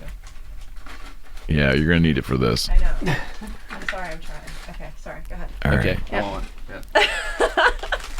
I'm We're good. trying to get ready for this. All All right. right, we're ready. I So promise now- not to now we fold did- it into a modern We art did touch on masterpiece. this. We did touch on this, but this will then segue into what we talked about in the other room, which was the bulk of our discussions over there. Okay. I went to the mall the other day, and I just was sitting there actually having a coffee and preparing for this show, and I figured I would do some observational stuff because I mean I don't see a lot of the public in mass quantities. The only place you really can kind of see that now outside of a sporting event is kind of like at a mall, a shopping place, right? Because people gathering in large numbers. And it was pretty apparent to me, now that I've actually paid attention to it, that in 2021, as we're coming out of this pandemic, whether it is directly related to the last 18 months or it's been a trend the past 20 years, I don't know, Americans are just a little bit bigger. A little bit bigger in a lot of ways. And You mean fatter? yeah. Oh, okay. Yeah. And yes. And then when I went and really reflected on it, I started looking at clothes that were on display at places, and I saw a lot of interesting dichotomies there because the models and the mannequins are still wafer thin. I went to Barnes and Nobles after there, and I went to the magazine rack intentionally to look at magazines that I would never look at, like fashion magazines, and no, they don't keep the pornos at arm's length anymore. Yeah, I was like, wait a second. They put kind of rappers magazines? on those now. They're These way are- up top, and you got to ask for They're them. the kind of But anyways- magazines I would normally never look at. Oh yeah, sure. No, those are by subscription only. This is getting confessional. The point is, I mean, it's all online now anyway. So. This shit is getting confessional. yeah. The Okay. issue Tell me is more. that we're still doing traditional marketing for the most part, with some exceptions. But we're still doing traditional marketing in regards to fashion and sizing. And then that evening I went to Nordstrom Rack, looking for a couple of dress shirts, and I said, while I'm here, let's take a look at model examples, male and female. And they are telling you what size these models are wearing in the photographs. But in the model circumstance, on the men's size, this model is wearing size 31 waist and 34 inseam. Now, I want to tell you point blank, most adult men in America, long before 2021, ain't wearing 31 waist. I'm just telling you. I'm not going That's to make pretty it. small anyway. I mean, like for But like a normal. But I'm just saying, it appears to me that we are a bigger population, which I don't think is a big surprise, but we're mainstreaming it, which is not a surprise, but I have a concern that, and it's a real concern that I have now, because I'm really paying attention, is that we are legitimizing, I don't know if I should use the word morbidly obese, I should use the word obese, or lump it in as an unhealthy body weight in regards to people's health and long-term health, in the guise that we're going to be nice and kind and let everybody be who they are and don't be judgmental and all that good stuff. But we're also crossing into the area of dangerous body weight. I don't know where the lines are. I'm not saying we should even have very focused lineal lines, but just speaking in generalities, am I all wet? Do you think this is probably just me being too critical, or is it a bad observation? Do you think we have a problem? I think that's an example of an extreme of it. But the reason my wife and my stepchildren, they watch a lot of television, and they do. I walk through the house and I see my 600-pound life. I see an acceptability of bigger women that are even getting bigger and even injecting themselves to make themselves proportionally even bigger. So things look different to me. I'm not saying right or wrong. I'm saying they just visually, for a 55-year-old person, I look at that.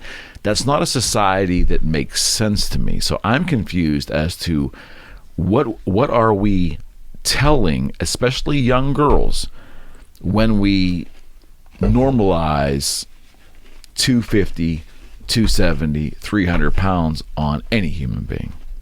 Yeah, Rogan has talked about that before, about how while trying not to body shame people, we're actually like endorsing like an unhealthy lifestyle. Yeah. How do you feel about it? That's tough. That's tough because two people I'm very close with have eating disorders, and one tends to go one way and one tends to go the other way. Or that's a weird way to say that, No, but they go, you know what I mean? And it's been a rough road with both of them. They're certainly not alone. No. And I think when we, it started a lot with the anti-bullying thing and everything. And even that, I feel like, has taken maybe the wrong road with that. Like I was bullied, but you can't, it's not one of those things where it's like, don't bully, because it's not going to happen. It's just not. Bullies bully people for a reason. You know what I mean? That they've had their own shit. It's more, I think, making people feel okay with their situation, so if they are bullied, they can get past it on their own. Okay. And providing them the tools with that. And I do think a lot of obesity comes from there's always going to be physical, genetic predispositions that can take you that way, but I also think a lot of it is very it's deep-seated. It's definitely very mental. And that's why anybody who does go through some sort of weight loss surgery, which is a serious surgery, they have you go through a lot of psychiatric help first. Yeah, you Do can't. they? You can't get a bypass. They used to be a little bit easier to get when they were like a little bit more they're still popular, but there was a time period that they were a little bit more of a go-to, and they were probably giving them out a little bit, or performing them a little bit more frequently without doing like the work with people. And I think sometimes it still gets sideswiped a little bit. Like, I don't think people go through the same like rigorous amount that they probably should. Because I'm obviously in dietetics, and I agree with everything you're saying. I think that one of the issues that we're running into now is like they're trying to change the language so that like obesity is a medical term, and there is a movement to basically not tell someone when they're obese, essentially. And so it's like, because it's hurtful. And I'm like, do we care too much about people's feelings? Do we fucking care too much about people's feelings at the expense of their health? And here's the thing is that like, and this is one of the things that frustrates me to no end, is that like, we'll have people come in that are like repeat offenders that they keep getting, whether it's for like CHF, which is congestive heart failure, because they're eating so much sodium and they just keep coming in with volume overload. And so that's resources, that's, multiple hospital admissions, and then you try to control their diet, and then they like bite and bitch and moan and like sneak things in, and it becomes this, and then they start to look at like our department to solve, and I'm just like, this is a psych problem. This is, and this is, and the thing is that, and it's frustrating to look at, even with drugs, because there's only so much you can do for a person that doesn't want help. But the fact that it's not like with drugs, it gets identified as a drug problem. You know what I mean? Like if someone is coming in for chronic relapses, like they're getting identified as someone with an addiction. And they'll usually, if someone is morbidly obese and non-compliant with diet recommendations and all that stuff, like it's charted. Okay. But people don't look at that as the primary cause. A lot of times they still focus on all these like medical complications that are as a result of the obesity, and not the fact that like this is still someone that's like perpetually choosing to engage in behavior that's causing them to have negative health outcomes.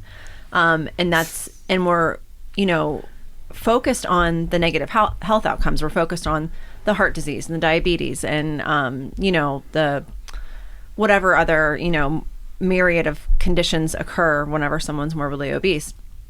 And then, we're not really addressing the primary issue of like psychologically, like what is happening in someone's, because I see multiple people a week that are over 300 and 400 pounds, like multiple people, that's their normal body weight.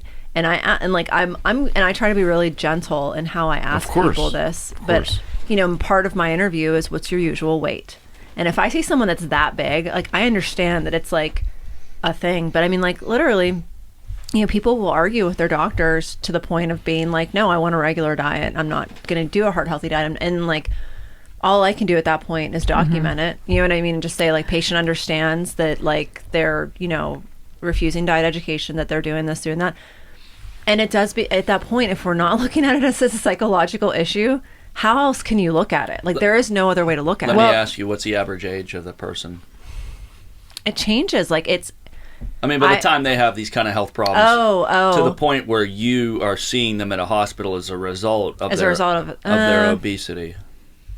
Maybe like 45 to 60. Right. So in all reality, what is the likelihood that a person is going to make the drastic lifestyle changes? And they are drastic lifestyle changes because, as you said, just put the fork down isn't the deal. Not. Like, that's a favorite cry of healthy, normal weight people to just be like, you just need to put the fork down. No, it's not that simple. Right. That's the frustrating and part. normal weight people aren't healthy. I think that's another thing. We very much so. Aren't necessarily healthy. Aren't necessarily healthy. Yeah. That's what I meant to say. Right. Yes, thank you. Because I think we jump right to like that an obese person just eats all the time, doesn't exercise, and that's not always the case. Our world is completely different. We have medications. We have disorders that prevent you from losing weight a lot of the time, and it doesn't matter what you eat. So we see a lot of obese people that are really, that's from their eating choices. It's kind of my point though. Once somebody is to the point where their obesity is giving them medical complications, probably is, I'm not saying it's never too late. It's never too late. But here's the thing. I know from personal experience, one of the most difficult things most people can do is trying to change their daily habits. We're creatures of habit. Julie was just listening to something, some podcast or something like that. As adventurous a person as you are, our brains tend to like routine. How many times have we heard we're creatures of habit? You know what I mean? Like you come home from work, chances are I do the first thing first. I set the same bag in the same spot first. Now it makes sense. It made sense to me the very first time I did it, but like I do it pretty much the same way when I get home. That's not something as simple as walking in the door. Like we're creatures of habit, you know what I mean? And it is very difficult. Once you've hardwired certain behaviors, especially once you get to a certain age, like or a certain weight, is very difficult to change that. So I'm not saying, all right, you're 55, you're fucked. Let's focus on somebody who still has a fighting chance. Well, you're not 450 pounds. Well, that's just it. Think about it. Yeah. Like, we don't know. We haven't picked him up yet. If you had a serious behavioral problem, and you're, 171. I can't. As of this morning. I can't really use you as an example simply because you're an odd duck. You know what I mean? Like you're not the typical person. I could see you suddenly finding out, hey, you need to make this major lifestyle change. That was the start of and it's going to be really difficult. 70 pounds and you're ago just like in 18 months. Yeah, that's what I mean. You're an anomaly. The exception, not the rule. Don't take it as me overlooking your accomplishment. I don't want any. Dude, for you to lose 70 pounds, that is huge. It still takes a lot of work. What but I'm saying to you, yes, but here's where just hardwired to do the same thing every day. Struggle, man. This is where I struggle, and you're right. What I don't understand is the inner workings of the brain in people that are different than me, and I need to be humble enough to recognize I don't understand that. What I do struggle with is saying to myself, I saw a problem. I knew it was going to suck. I knew that missing the food that I used to, the comfort food I like, that's going to suck. But you know what? Here's the better life. Here's the path. I have to do this. I got to create new habits and disciplines. I just did it. So if my stupid ass can do it, because I'm not that bright, I could figure it out. Well, Immediately I go, everybody here's the can thing, do though, it. is that intelligence. It's not always, and it's not that simple, is that there are, like, you talk about, like, there's, like, these genetic factors. The genetic factors are huge, because like there are people that they like, because I used to read a lot of studies about obesity when I was first getting my degree, and like, hey, you know, like I said, I've prefaced this many times, I'm not a dietitian, I'm a tech, I only have a 2-year degree, I have a lot of time in the field, but like I've still studied it, and like people that have one obese parent have like a certain percentage propensity towards obesity. If you have 2 obese parents, that percentage goes up exponentially. It's the same thing with alcoholics. You know what I mean? Like, it just, like, there is an obesity gene now, like, to the point where, especially because, like, we've, like, kind of, like, gotten it into the system of humanity so far, and now that we've, like, you know, have enough resources, and there are people that through generations have, you know, kind of, like, lived this way. There are some people that, like, I have, like, worked with people that I just, like, watch what they eat, and, like, I'll be like watching them take their lunch away, and it's this tiny little girl, and she's got this big ass sandwich and a bag of chips, and I'm like, if I had that for lunch every day, I would not look the way I look. Oh, you know what I mean? true, Like, yeah. and hey, there's examples of I'm that not for saying sure. I hate her, but you know, I'm just kidding. But it's like, for someone like me, like, I've always like been aware of my weight, and I've never been able to eat whatever I wanted. Hold Like, on, I want to do something real quick. What? All right, because you are someone who made a major lifestyle change. Mm-hmm. You weren't 20 when you did it. I'm not done yet. Right on. Okay, but that's one I got 2 example more pounds to go. of a major lifestyle change that you made, right? Yeah. But we were talking earlier about how you don't get that some people don't analyze. The one thing that popped up, you were like, we were talking about happiness, and you made this list of like basic things that you journaled, and I was like, immediately in my head, I'm like, that's a list of your values, you know? And that's something that everybody has values to some extent, but it's definitely something that think about them. if you, that was my point. My point leading to another point. Okay. If you point at the average person, it's like, you, what are your values? Like, get the fuck away from me. It's not a conversation I want to have. wouldn't recommend that on the street. I'm yeah. not Tuesday night. I don't even want to talk about that. Like, I don't like being approached like that. Like, again, anger management. Dave, I'm not asking about your personality. I just want to know who you are. I don't know what the hell you want me to do. That's great. That's great. Get the fuck off of my back. That's Like, great. what are your values? It's putting somebody on the spot, but like, Yeah. not to put someone on the spot, but the whole introspective thing that you were talking about, it's an important thing. If you really want to take a good look at yourself, like I was talking about, that hard It's look not in the always mirror. pretty. Yeah, but the values, your values as a person, it's a big one, you know? So, being that you're this type of person who's maybe got a little more self-knowledge than your average bear, and that you were able to make this lifestyle change, do you mind if I do? And I'm not a health professional. She'd be better at this. Yeah. But these are some things that I was in my head. I was like, Yeah. I could take some boxes off right away by what I know about you. Okay, let me ask you. Would you describe yourself as a type of person like it's really hard for you to get motivated towards a goal? No. Okay. Would you say you have problems with depression? Not generally, no. Okay. Like, there's a bunch of boxes I could tick off, and I'm imagining, I hate to be stereotypical, but I'm picturing somebody who lives in a trailer park. They don't have a lot of money. Now, I'm not calling you privileged. That's not where I'm going, because you've worked hard. Like you said, you're an entrepreneur. Call me privileged. I don't know. I might be. I don't know. No, I mean, no more than I am. So, Okay. You know what I mean? But you're an entrepreneur. You live a certain life. You've worked hard so that you have a business. And the one thing I heard you talking about, like in your values, the entrepreneur thing is Freedom. live or die, success or fail.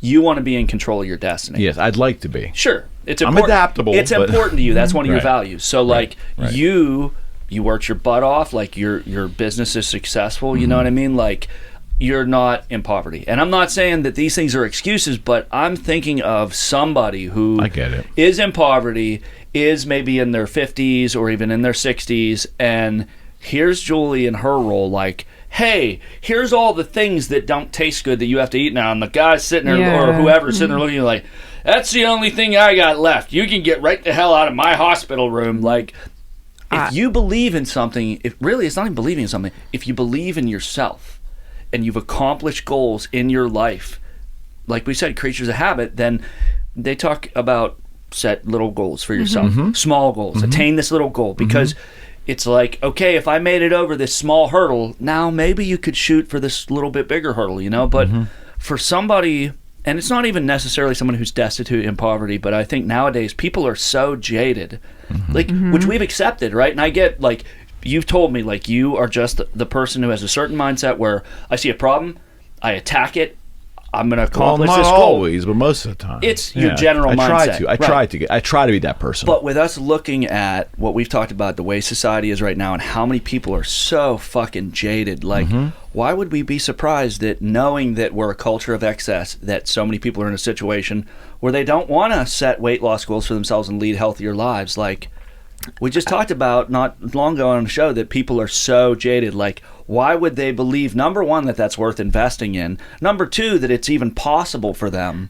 Like, Right, when they- you're that jaded. You can't even see yourself as a different person. You can't visualize that goal. And Right. don't forget that. I'm not the kind of person who could accomplish something right, like that. right. Yeah. And don't Wow, forget. really? And don't forget that in our society, it's just like drugs and alcohol. The easiest, Cheapest for sure. most convenient Dude, healthy food way is expensive. to make yourself feel It better is. My is ass go to Whole food. Foods and No, blow I through know, $250. no, I know, but Right. I make this You know how many argument.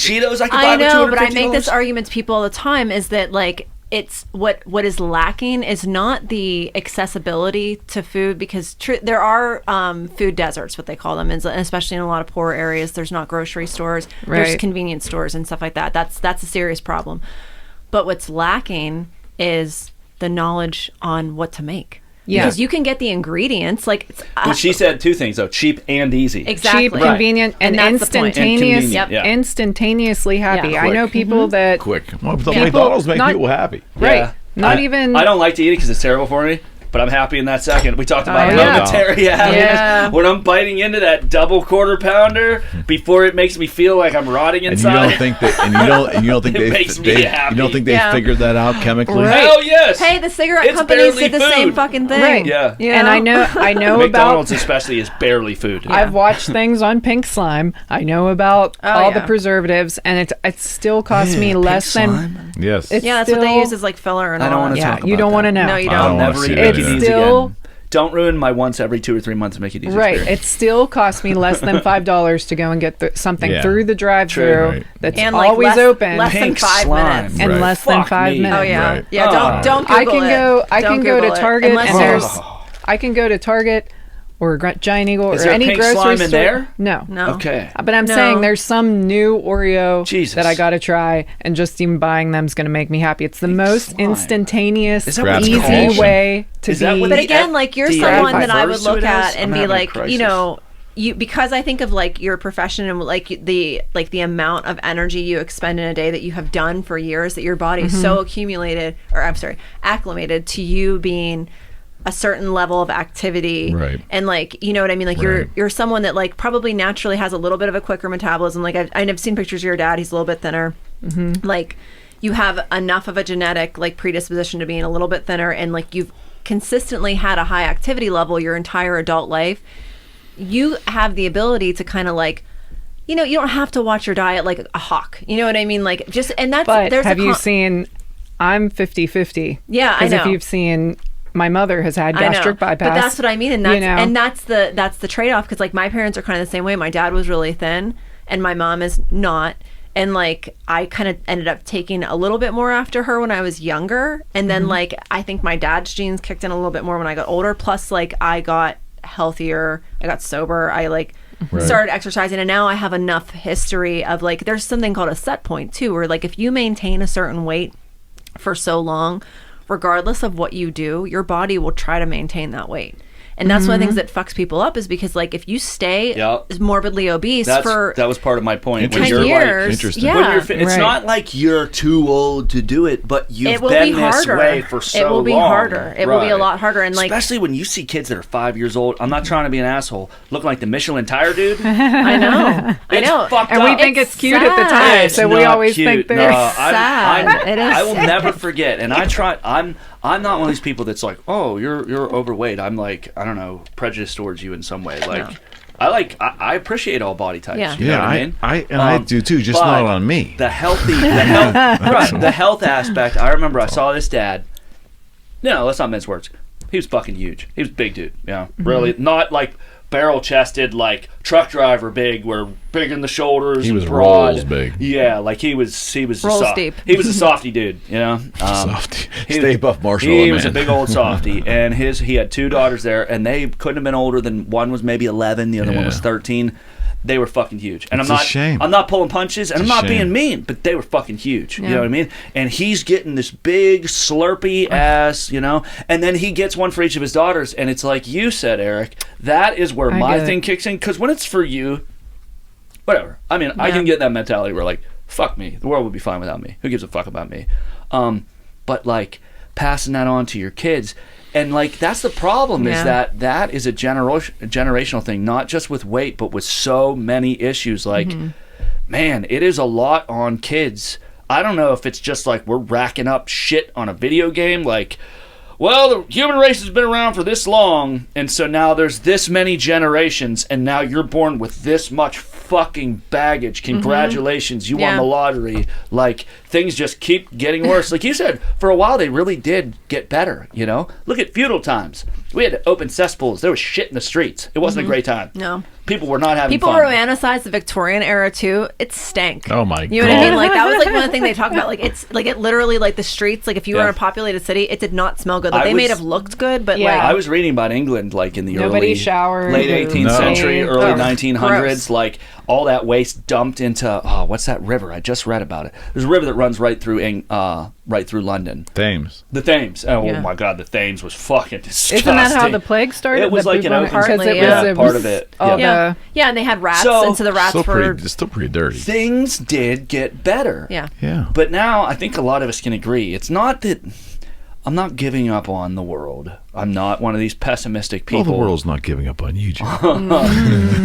But things are getting a little fucked up. Right. You know what I mean? And I think most people will agree with that. Like, we have some issues that are getting worse. Right. Now, some people would argue certain things are getting better. Like, hey, you know, we're pushing hard to make sure that women have a fair share in the workplace. You know what I mean? Yeah. So, like, certain social issues, we're getting a lot more attention on them. But I think some other things What about our body mechanics? What about our health, man? Yeah. Our health. I think some other things are slipping, like mental health in general is slipping. Now, I'm not saying there's any connection between overall mental health and social issues finally getting the attention they deserve. Who knows? But what I'm saying is I don't know. we get focused on very particular things, and it happens in the media where it's like, Well, they're sexy. this is Those the most, issues are sexy. This is the most important thing in the world. This issue, we all have to rally, and that issue keeps changing. And it doesn't matter if it's on the Weekly. right. It doesn't matter if it's the right or the left. Somebody picks this because huge... they choose to divert from some other issues. Somebody going picks on. this huge bitch, and it's almost like they're like, this is what people are clicking on.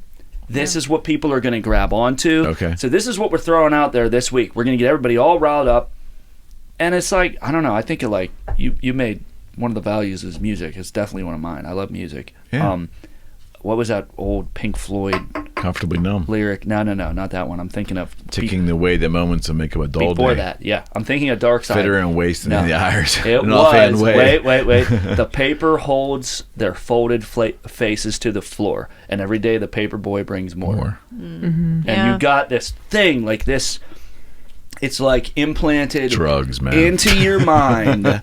This is reality. This is what's important. This is what's real. Because we were talking about this before the show. Like, if the media doesn't hit most people over the fucking head with it and say, this is what matters to you right now. Like, by the way, there's UFOs, and the media didn't grab onto it. So, like, we're not all sitting here going, holy shit, is there aliens? They didn't say there was aliens, but, like... Could it be aliens? I almost kind of say Or that... is it government? I'm Is it kind of Russia? saying we We should don't be know. saying that. The We should be government's saying that. really in the fucking know. They know a lot of shit. They got their eyes open. So if they don't know who the fuck's making this shit, maybe it's like, you know, some kind of secret program by some other country. But no one's commenting on but it. really, there's a good chance if the government's like, we've been working on this for like 30, 40 years now. When was Roswell? In the 60s? The 50s? 50 years ago. The 50s. So literally 70 years they've been trying to figure out what this shit is. And if they still don't know, I'm not saying it's aliens.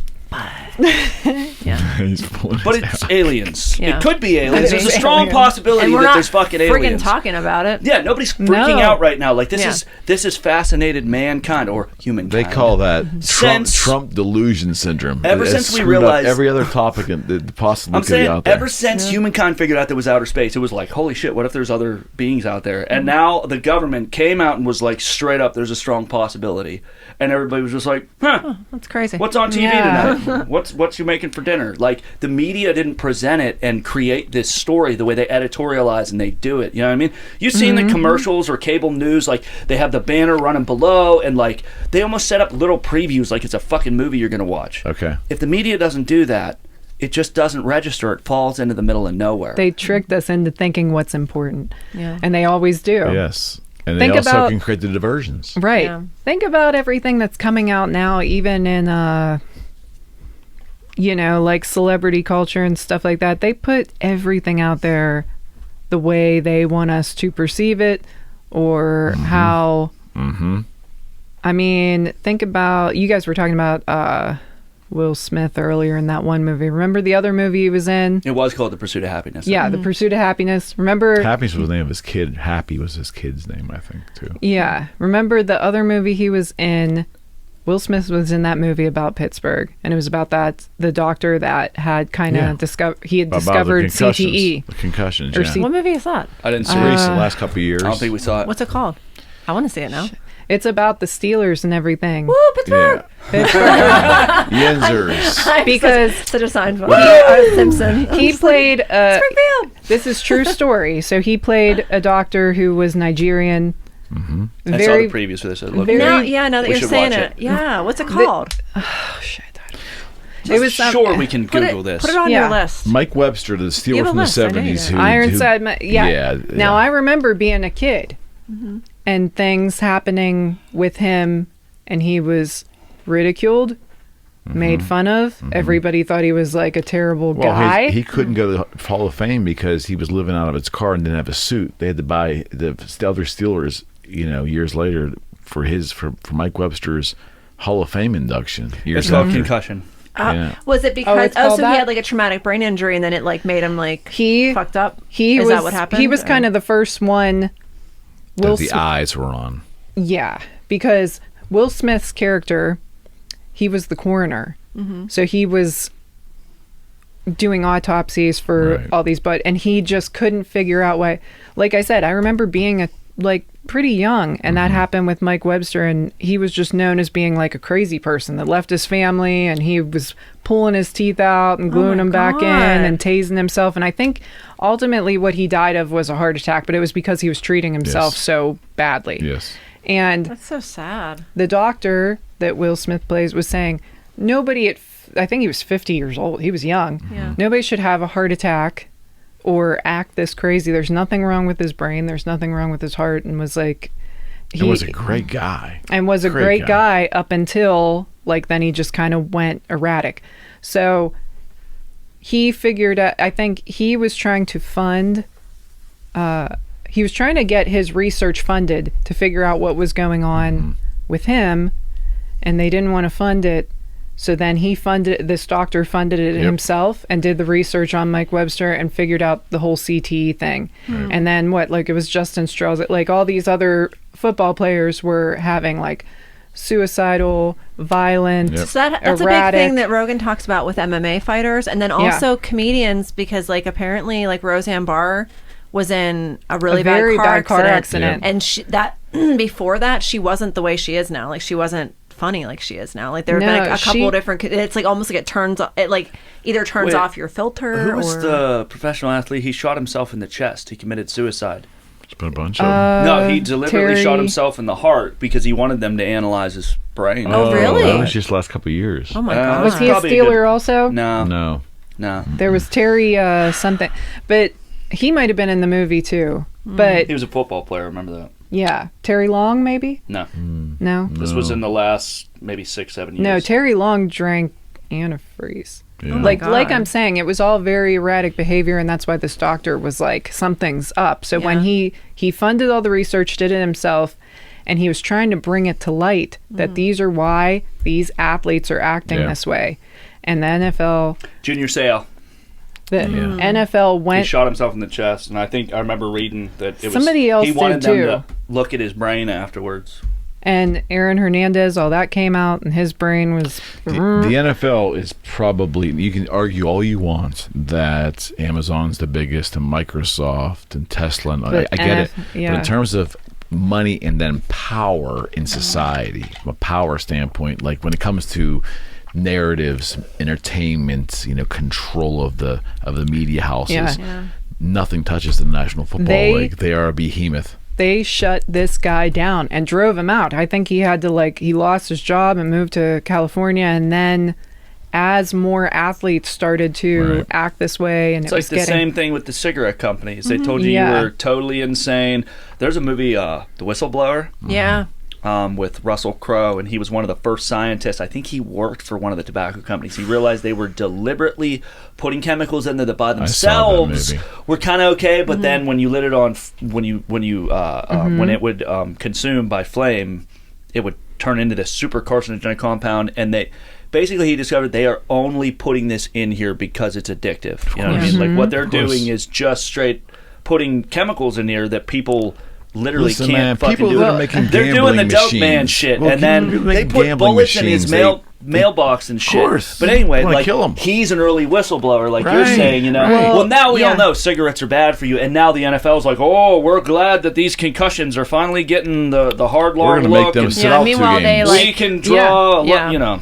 And Hey, the point is, I feel like it gets to the point where you can't overlook it anymore. I remember being young, and I was taught by the media when I was young and didn't know any better that Mike Webster was insane and he left his family and he was a bad guy. It was heartbreaking for so someone my sad. age who And- watched him play when I was a kid. And Justin Strelzik was a family abuser, and then he, you know what I mean? And none of this came to light. They wanted to keep it secret. Britney Spears was crazy, and then we find out all this shit. Like I said, it's however things want to be portrayed to us. It was like, remember when all that shit happened with Charlie Sheen and everybody's like, oh, he's crazy, and I was like, he's always been crazy. What are you guys talking about? He's always been crazy. Didn't he shoot his girlfriend or something, and we didn't say anything about that like back in the day? But they said because he did whatever, I don't even know the whole story, whenever he did whatever and left his show and like turned his back on a lot of people, his team of, I don't know, publicists or whoever like is keeping him safe in the public eye Look what Dave Chappelle did. Turn the back.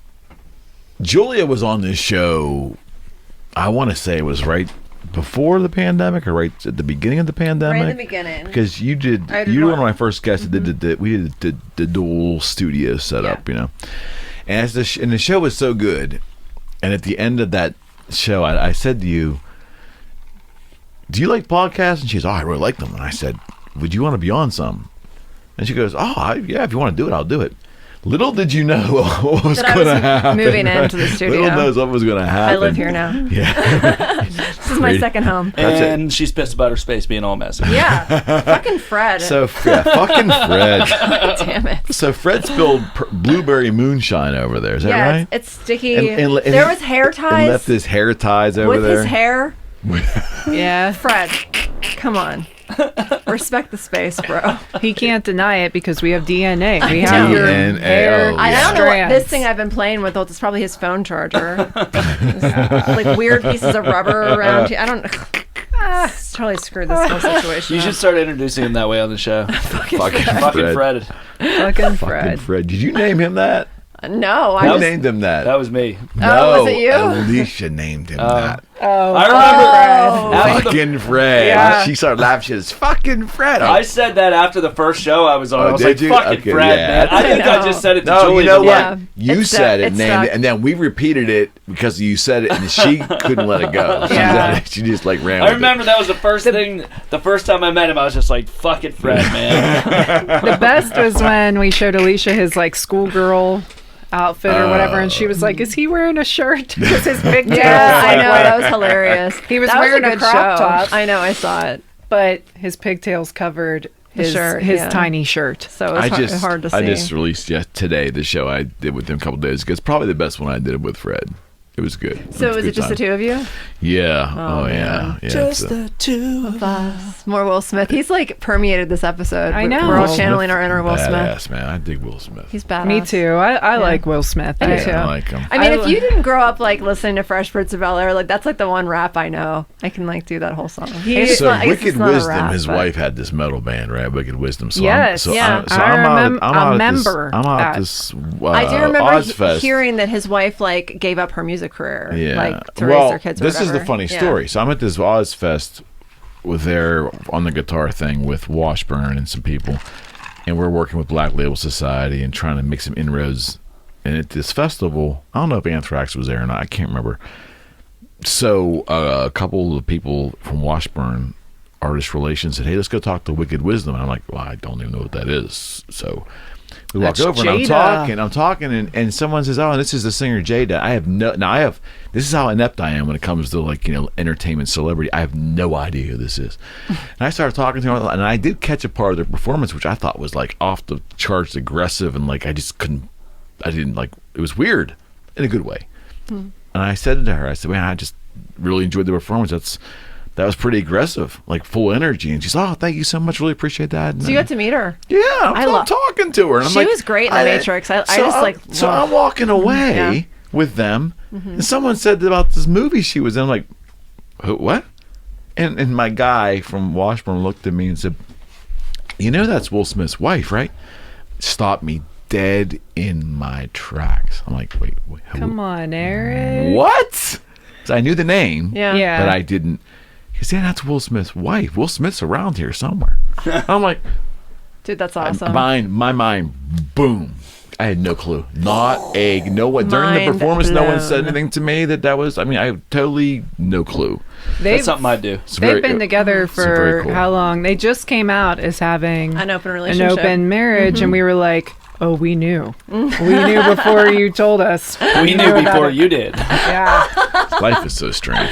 because at first Strange. they That came falls out. into a different category. Yeah.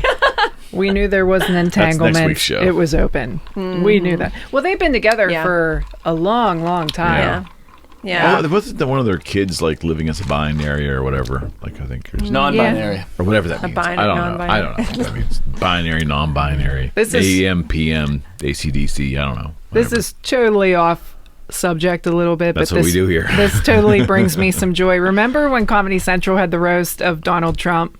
Like Yes. way long time ago. Yes. Yes. And he came out to I Whip My Hair Back and Forth by the one Smith kid came out with that song I Whip My Hair Back and Forth. I missed this one. No, There's a I only saw song. clips from it. I didn't see it. I saw the whole thing. He comes out and they're playing that song. Oh One my of the God. Smith kids, what's the girl's name? Willow. No, is Will? Oh yeah, yeah. That's his daughter's name, I think. Yeah. Yeah. She had this song called I Whip My Hair Back and Forth, and there was like a dance to it and stuff. And Comedy Central played that when Donald Trump came out. That's amazing. That's awesome. Oh my god. So let's get back on topic Yeah. here. 'Cause you gave me a Anyway. perfect segue. We were about to start talking You about no, Dave Chappelle before, you but gave me yeah. the perfect segue, though. Perfect segue. And that is that what if, going back in recent history, I'll give you a what if scenario we could banter about. What if a more Main Street, Main Street. non-entertainment based Mainstream or Main Main Street? Street average politician, someone like Mitch, still wealthy, but someone like Mitch Romney had won instead of Trump? Imagine that parallel universe. If that had happened and we had a pandemic, would we be in such a crazy state right now? Meaning, did Trump really start this insanity rolling? Not blaming it all on him, but I'm saying his election did that, and then the reaction to his election, both pro and con, and then the pandemic, and then what we're dealing with. Would we be in the same state of consternation had it been someone like Mitch Romney had won that election and the pandemic came and we had to deal with it? How about I'm going that? to go ahead and just throw another loop into this and to say, like, does anyone actually get into that office that, like, isn't, like, approved for it or whatever? And could the, unspoken agenda of him being in there when this pandemic struck be all part of a master plan to show that, like, we need this kind of like order and rule in society? I think you're definitely on to something. If you want to go down that pathway. So that's like where my mind goes with it, kind of, you know what I mean? And then now, I don't know. So But let's just say, for sake of argument, But- let's say that's not the case. It is more I'd random. say it's all happenstance. Let's just say it was random, and so Romney had won and not Trump. Would it be as effed up as a society right now as we are. I don't know enough about Mitt Romney I don't to either. say. I honestly don't either. I don't really know enough about like what Any more vanilla politician. Okay, I get what you're saying. Like I feel like there was definitely like, yeah, I think climate was ripe for. Yeah, I feel like Trump did not. I mean, it definitely woke people up, and I think they started paying attention a little bit more. Where, like you said, if somebody more vanilla was in there, it might not have stirred things up so much. And I also feel like someone who didn't tweet. Yeah, I was about to say, and Trump. There's the argument, yeah, maybe he's a little bit relatable, but does he get it? Does he condone, like, does he, I don't want to say deserve, because that's not the best word, but does he deserve as much respect as maybe some other people? Does he lead as well? So I do think if somebody with his same budget plans and and politics that, like you said, was like maybe a little bit more under the radar of the normal, I think I do think it would be a little different. Yeah, I think we'd be in a different, I think the media would be playing a different role in all of this right now. I think that it would have just had we would have had different focal points. Perhaps we would have been more focused on what's actually important, which is like not the politics of the situation. You know what I mean? Like, I don't really think that the pandemic needed to be quite so tied up in politics. Right. I mean, anytime you have a major world event, there's going to be a political component of it. But I think in this particular instance, there was definitely like an overreach of that sphere in the whole thing. Yeah. Instead of just allowing it to be more of a public health issue, it became more of a political issue. No doubt. His presidency, no doubt, further polarized the nation. Yeah. I remember during his presidency, it was before COVID. I remember my parents saying, you know, this is the most divided we've ever seen the country, and they lived through the civil rights movement. Hillary was a divisive, She's a candidate, though. She was never actually president. No, hear me out. But if the statement is that election there got the country on this really charged, divided, animosity-ridden thing. Yeah, if she had won, we would have been in the same boat. She fed into that too. She's definitely not a peacemaker. Yeah, I don't think she would have done any better. She's volatile like Trump is in regards to her demeanor and everything else. And if she would have gotten in there, trust me when I tell you, I'm not saying she would have been tweeting from the toilet. But what I will tell you was she was going to have it her way, and she was going to let you know she was going to do it her way. And if you didn't like it, she was going to say, fuck you. That's who I believe that woman is. It's hard to say what would happen if somebody else would gotten in there. I mean, I can only look at what happened and say his presidency absolutely further divided the country. But I don't know if we needed that much help with that. But is he to blame for that? Well, that's what I was going to say. I don't know if we needed that much help with that. I mean, he was very inflammatory, and his main thing... No, not him. His main thing was he just made so many stupid, insensitive remarks, like things that you just... some people, I like him because he shoots from the hip. And it's like, yeah, that's one thing. It's another thing to be... Well, he's a hurtful prick, is what he is, in reality. Which is loud, not unnecessary. Yeah, like somebody who you wouldn't even want to have over for dinner, and even if you agree with what he's saying, the way he says it, somebody who you wouldn't want to have over for dinner, but we've got him as president. Yeah, I know. And it's just it embarrassed the country in a lot of people's eyes. I mean, if you talk to people in other countries, like, you guys elected Trump, man, get the fuck out of here, know. It's a joke. It's not like the whole world is fucking liberal, and they didn't like Trump because he's a Republican. No, people looked at that and they were like, well, he's a cartoon character. That's not only that, elected like, an embarrassment to lead the country. One of my friends was talking about how, like, she knew about things that he had done in the 90s through, like, friends of hers that had, like, told her just stuff that they had observed, and like women, you know what I mean? Like, you put someone like that was just so flagrantly brash, like you said, it's an unapologetic. Yeah, sorry. I've never heard. Do you think he ever said "I'm sorry" in his lifetime? I think the egotistical thing just got in the way of a lot of the things that he might have had good intentions for, and he wasn't well liked before he ran for president. Yeah, that's. I mean, I'm still astounded I woke up the next morning because I did not know that late that night. I woke up the next morning that Donald Trump was going to be the president of the United States. I laughed, man. I know, me too. I laughed my ass off. Oh man, those videos of those people crying were the best. Oh, that was that was sorry, the best. not sorry, but I'm not sorry. That was the best ever. That was hilarious. That was the best ever.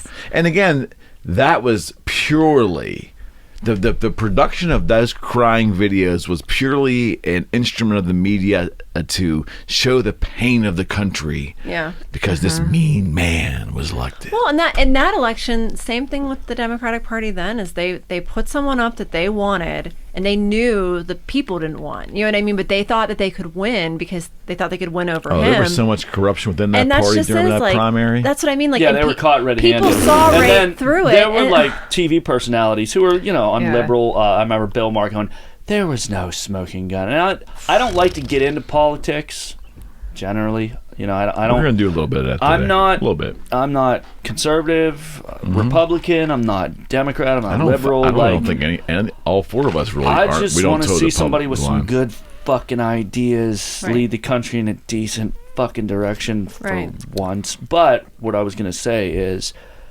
they blatantly violated their own charter. They absolutely did, because it says they will conduct an impartial primary, and then once the people have spoken, once your constituency has picked somebody, then we'll unite behind a candidate. And they did not fucking do that. There were so many examples the fix was in those emails. There were so many examples of the DNC favoring her, and it's just like, whether you like her better than some of the other candidates, personally, I think Bernie would have swept the floor with Trump. I think he would have mopped the fucking floor with him. Especially in that year, because everyone talks about him now, and Bernie was filling stadiums while she was filling gymnasiums. I hear people say, "Oh no, but he wasn't able to make enough allies among the Democrats." I'm like, that's whatever the fuck they told you on these liberal talk shows, so that you're willing to overlook that whether you like her better or not. They absolutely did everything they could to get her in there, when clearly there was a much stronger candidate who had a lot more support in the general,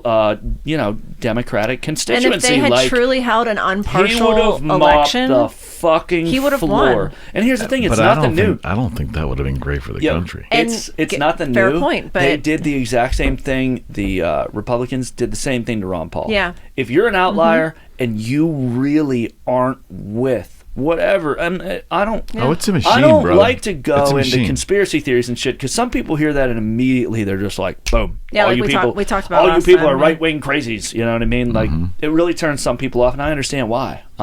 Because people aren't comfortable with the idea that they don't know what the fuck is going on. And plus, go on fucking YouTube. You'll see some of the most ridiculous, asinine shit that you could even dream up. And then some people are like, really, with that? You really think that's true, you're flat earthers, man. Yeah, exactly. But what I'm trying to say is, if you're not if you're not in someone's fucking pocket, you're not going to get there. You know what I mean? There's no regular people ever going to be president of this country. No, the regular folk don't stand but I mean, a chance. I feel like the sad thing is that I feel like when we were growing up, they've all been connected to one of like 8 or 9 influential families in some way. You can't be president. I'm tired of seeing the presidents that we've had in the last this election and the one previous. There's no freaking dignity, and I'm not even someone that's very conservative or whatever. You're so right. But you're so right. It's just I'm just tired of seeing these people that are just such obvious they're not a good representation of the country at all. Yeah. And it's you didn't like Obama?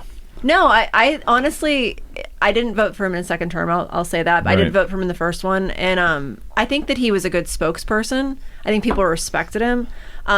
What I think was messed up, I agree with a lot of things that Rogan says, is that he really spoke out about not monitoring our communications anymore after the Patriot Act and all that kind of stuff, and he totally backpedaled on Guantanamo. Closing Gitmo.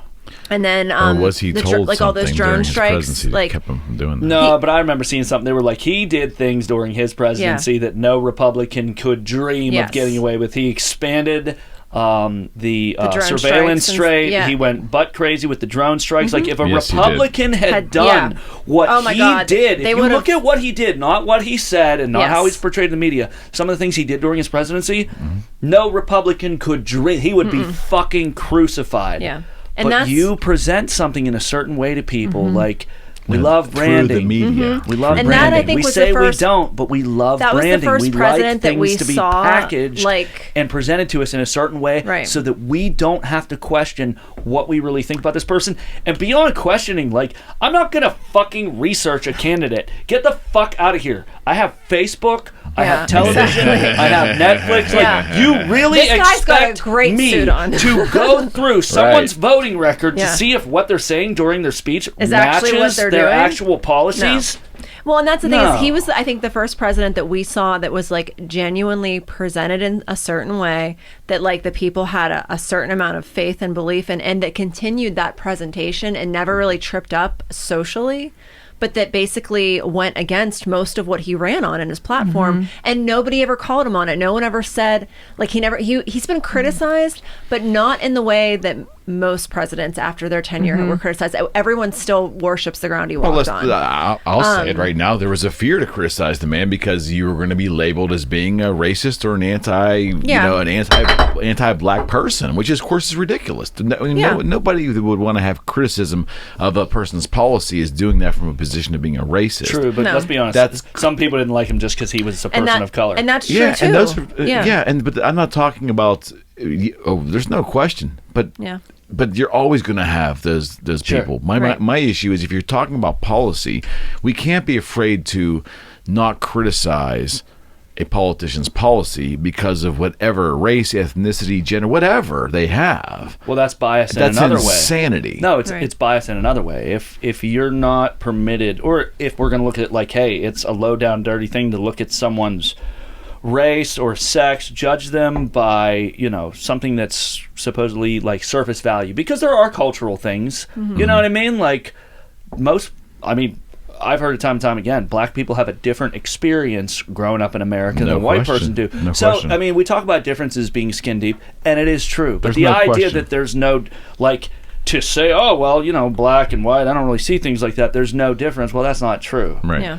Right. So, obviously, like, someone's experience comes into play, like their culture, but we're taught in an enlightened age that you don't judge someone based on the color of their skin. Mm-hmm. So if I'm not going to look at him and be like, man, he did a bad job because he's a black guy, why would I be automatically like, well, you really can't question whether he did a good job, or automatically I'm just going to look and be like, he did an amazing job simply because he's a black guy. Yeah. Well, that narrative's It's not out fair. there, and it isn't a narrative. I think the people. I think the narrative is out there with some people that they feel hesitant to question policy or decisions based upon the skin color, because if they come out in any negative fashion against them, whether it's an editorial or whatever, they're going to be we will go to the lowest common denominator and label that person, oh, you're just being critical because you don't like black people. That is such a large swing to the extreme that it's insulting. And if we maneuver from that standpoint, we're never going to get ahead. And vice versa. I mean, it works in all different realms. It could work for Jewish folks or any quote-unquote minority, ethnic, or racial group. You can apply it to anything. We can't make those big leaps when we're talking about an intellectual difference of opinion.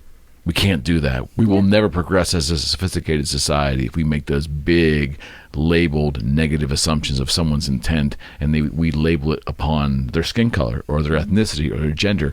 Shame on us. We can't do that. Well, and I think that's the thing that's like worth mentioning in this whole discussion is that, like, unfortunately, part of why that label gets thrown out there and all those things is because, we have a history of racism. You know what I mean? Yeah. Like, it's unfortunate because it sucks, because it's like you can argue these points back and forth and we can all sit here together because, like, we all know each other, and I know you're not a racist and I'm not a racist and all that stuff. But because of, like, our history, and, we've talked about this before, it's not like we're alone in this history. Like, every culture has usually displayed some form of tribalism, racism, whatever. Like, but it's still not a good thing. You know what I mean? Like it's a I think the horrible thing. consensus is that that's not a good thing, and unfortunately, because like we're a younger country, and we're still on like the outswing of that time period in our history, that like it's still memorable for some people, that like that's where the sensitivity issue becomes. And like as someone who normally I know, and I normally kind of get the same like sentiment that you do, Eric, where I'm kind of just like, you can't make those statements, and I agree, because it doesn't make any sense, and we can't just have discussions if we're like cut off at the knees because we're just not allowed to talk about certain things. Well, and we've talked that's about the crux of it. We've talked about That's this the crux before, of though. it. We were talking about rap. It was quite a controversial. It was a hot topic. Rappers and black entertainers dropping the N-bomb. And I remember you said, "I don't get it," and I was like, "Well, I don't get it necessarily either, but it's not up to us to get it, because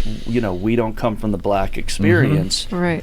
Like, I think there's a balance that by and large we haven't found yet. Right. And Right. I think that Right. we're coming up on this era of like, unfortunately, like the pendulum swung so far in the direction that like we've almost like stunted our progression, in the sense that because we've like discovered so many like hot button issues, it's shutting down a lot of the conversation. That's it. Yeah. Right. But And also, go ahead.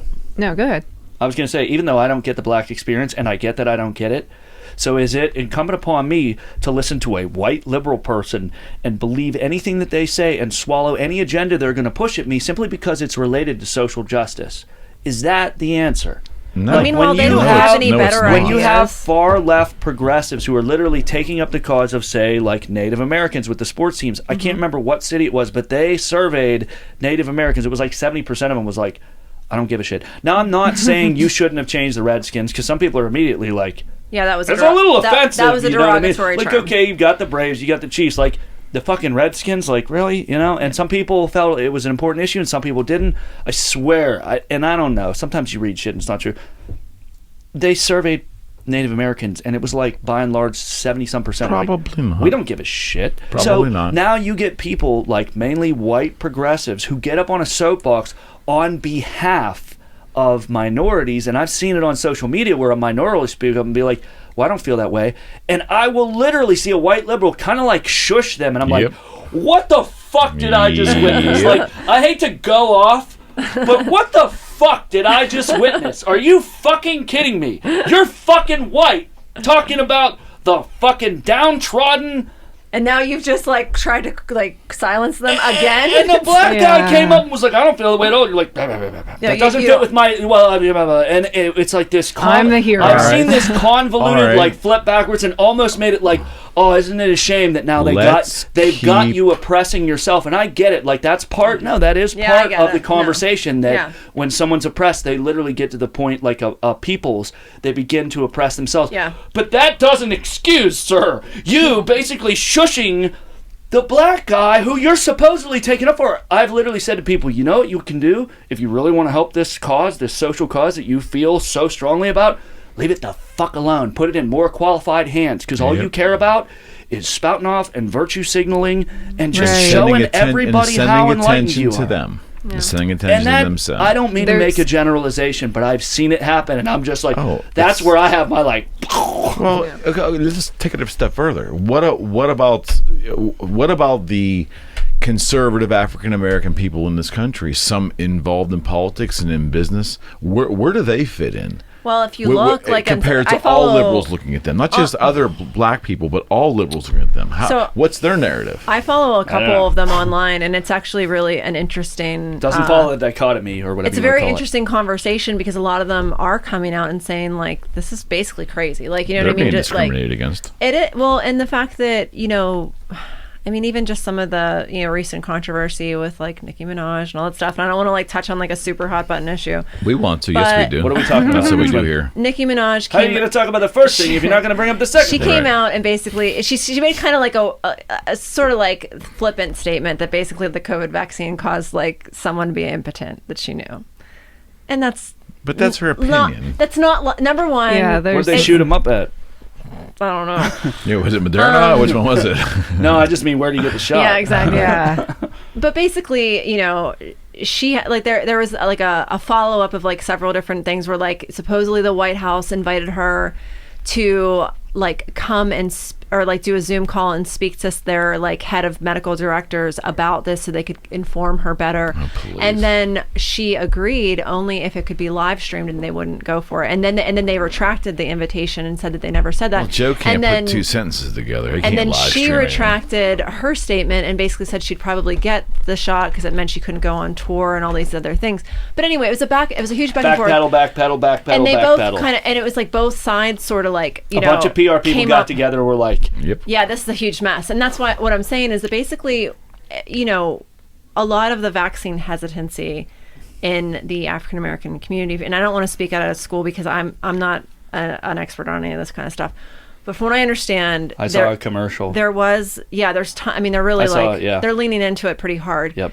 But there was what shot did they like give an entire community? You're talking about it's Tuskegee. It's horrific. You're talking about it's horrific, and I understand why they're in that Tuskegee community. Airmen. There's a hesitancy to vaccines. I totally get Tuskegee it. Airmen. They gave them something, and it was yeah, like, they experimented on the Tuskegee Airmen. What was it? What?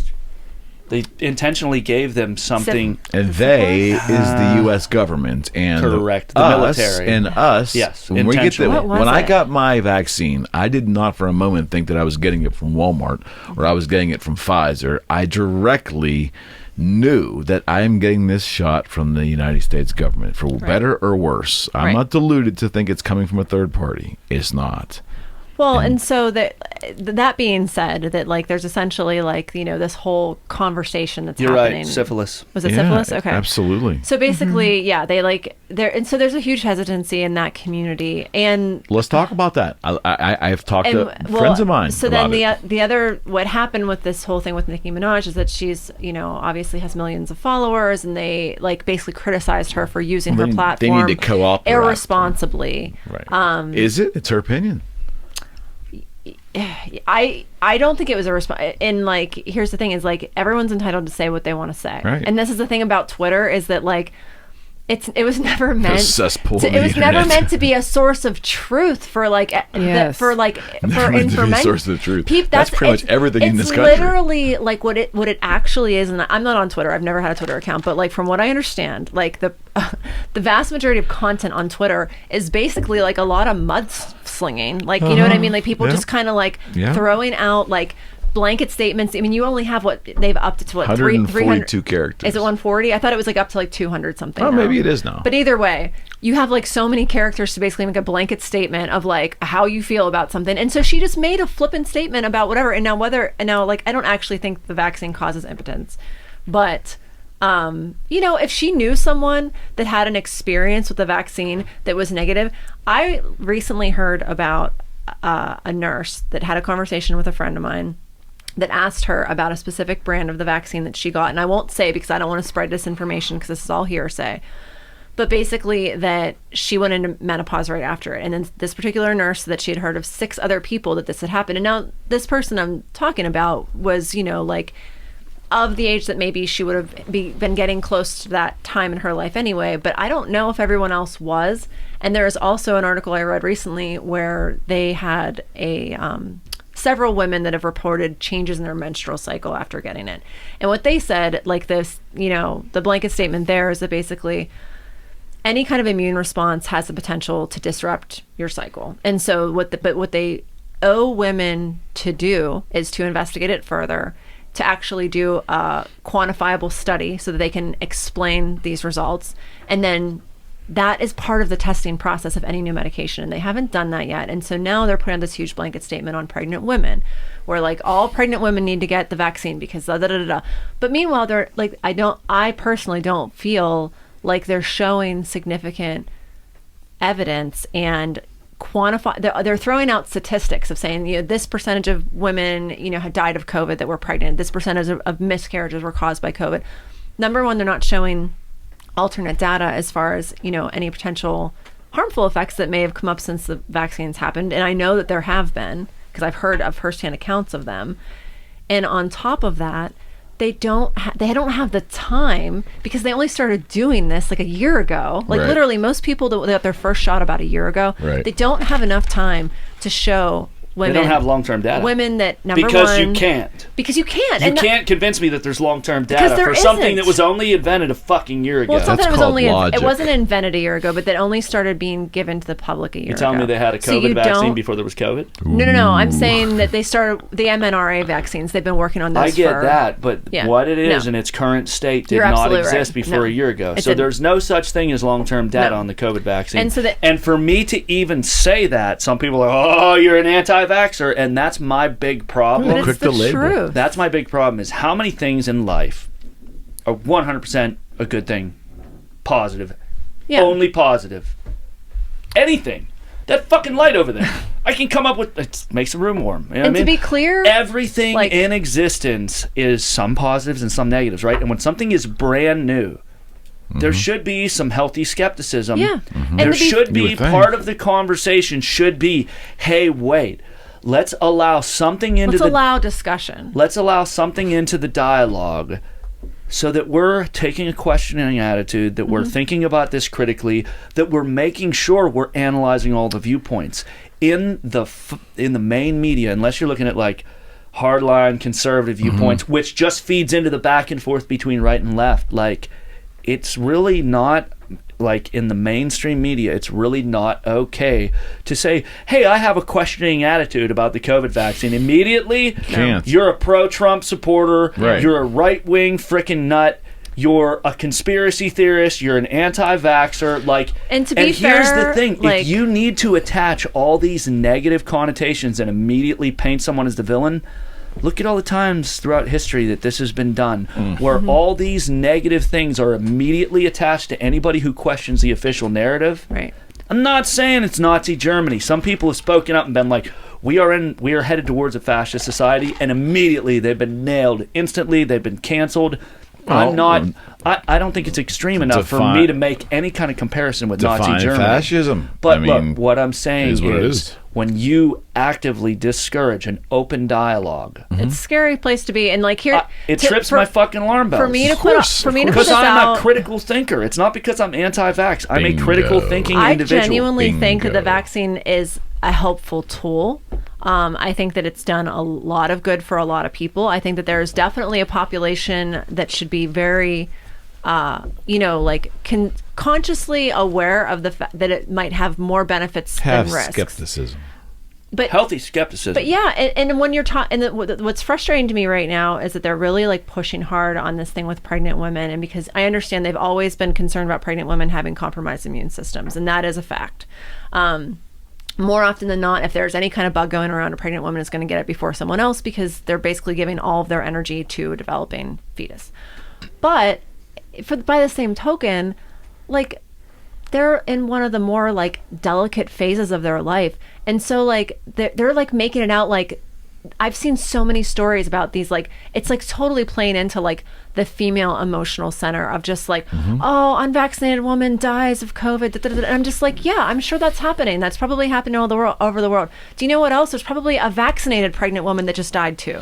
And like, and that's the thing that's fucked up, is that I feel like no one's talking about it, and no one's talking about the whole picture of like what's actually happening, and the fact that there's a whole picture of treatment options that we don't like, that we're ignoring right now, like this whole ivermectin thing.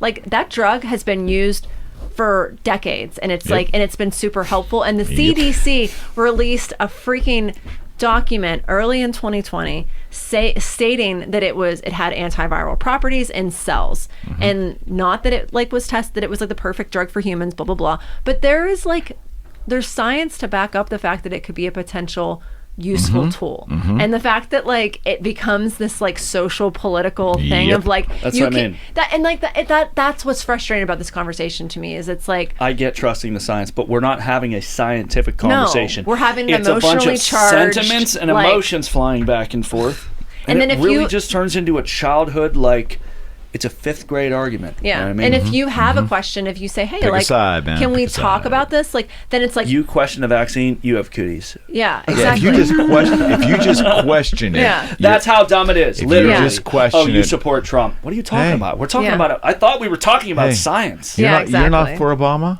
Well, you don't like black people. Yeah, well, exactly. And That's yeah. something else. But I That's- mean, You don't- with you this don't- particular thing, it's a scientific conversation, and it's like, oh, you're just one of these uneducated, backwoods, ultra conservatives. Like, whoa. No, and- we are talking about a COVID vaccine that just came out, and I just have some questions, and it hasn't been around that long. There's not a lot of data. And only- I can already tell by the fact that you're even bringing this up that you're an asshole, that you don't care about the public well-being, that you want to kill my grandmother, and I'm just like. Wait a minute. Wait a I've minute. never Wait, even met your wait. grandmother. Like, I'm sure she's a lovely lady. God. Like it's just- the strong emotional component, whether you agree, okay, it's a global pandemic, we had to push this hard in the media, like, even if you're a critical thinker and you're like, yeah, you know what, there was a lot of social engineering, and if it weren't such an important thing and a good thing for people's health and well-being, I would agree with you and say, okay, there was probably some propaganda involved, but in this case, it's justified. Okay, I get it. That's how you feel. But don't overlook the fact that there was a lot of social engineering involved. Don't overlook the fact that even if you agree with the purpose, it is a strong propaganda campaign simply because there is no part of it that is being like delivered to us in the mainstream media that is talking about, you know, the inflamed, enlarged heart thing. What is it? myocarditis with young, especially with young men. Like, there is another side of the coin, and to even bring that up, you're a villain. And Right. you have, like, for me, you don't have to do anything, but for me, when I see that kind of thing at play, it's like, oh, no, the good guys all believe this is a good thing. And if you bring up even a question about the safety or the fact that there's no long-term Or data, the you're a efficacy. bad Can we guy. talk about that too? Because I'm telling you, like they've now discovered that It trips my alarm bells You're hard. not The whole keeping deal. people from spreading it. Like vaccinated people can spread it too. Right. Vaccinated people are ending up in the hospital. I can tell you this from firsthand experience. Look, even if And- the fucking vaccine is a great thing, the way we It's are not going about perfect. this, like, when the fuck have we ever created a lottery to get you to do something that's good for your health? They're giving away pumpkins at my work. Like, really? Like, is this a game show? Are you guys fucking with me? Like, if you're offered, you might win $1 million. You just have to, what? I just have to take this thing that's already good for me anyway? Why is there a lottery then? Like, why all the chicanery? Like, Because people why are do you have to questioning ram it. Yeah. And that's what I mean. Like, to get people on board, if it's that important, I understand that. But you have to take a look at how something All is right. being done. So I'm going to play devil's advocate for a second. I'm with you 100%. So let's, and again, it's a what if, but it'll help, I think, explain my point. Let's just say in an alternate universe that Trump had won the election and not Biden.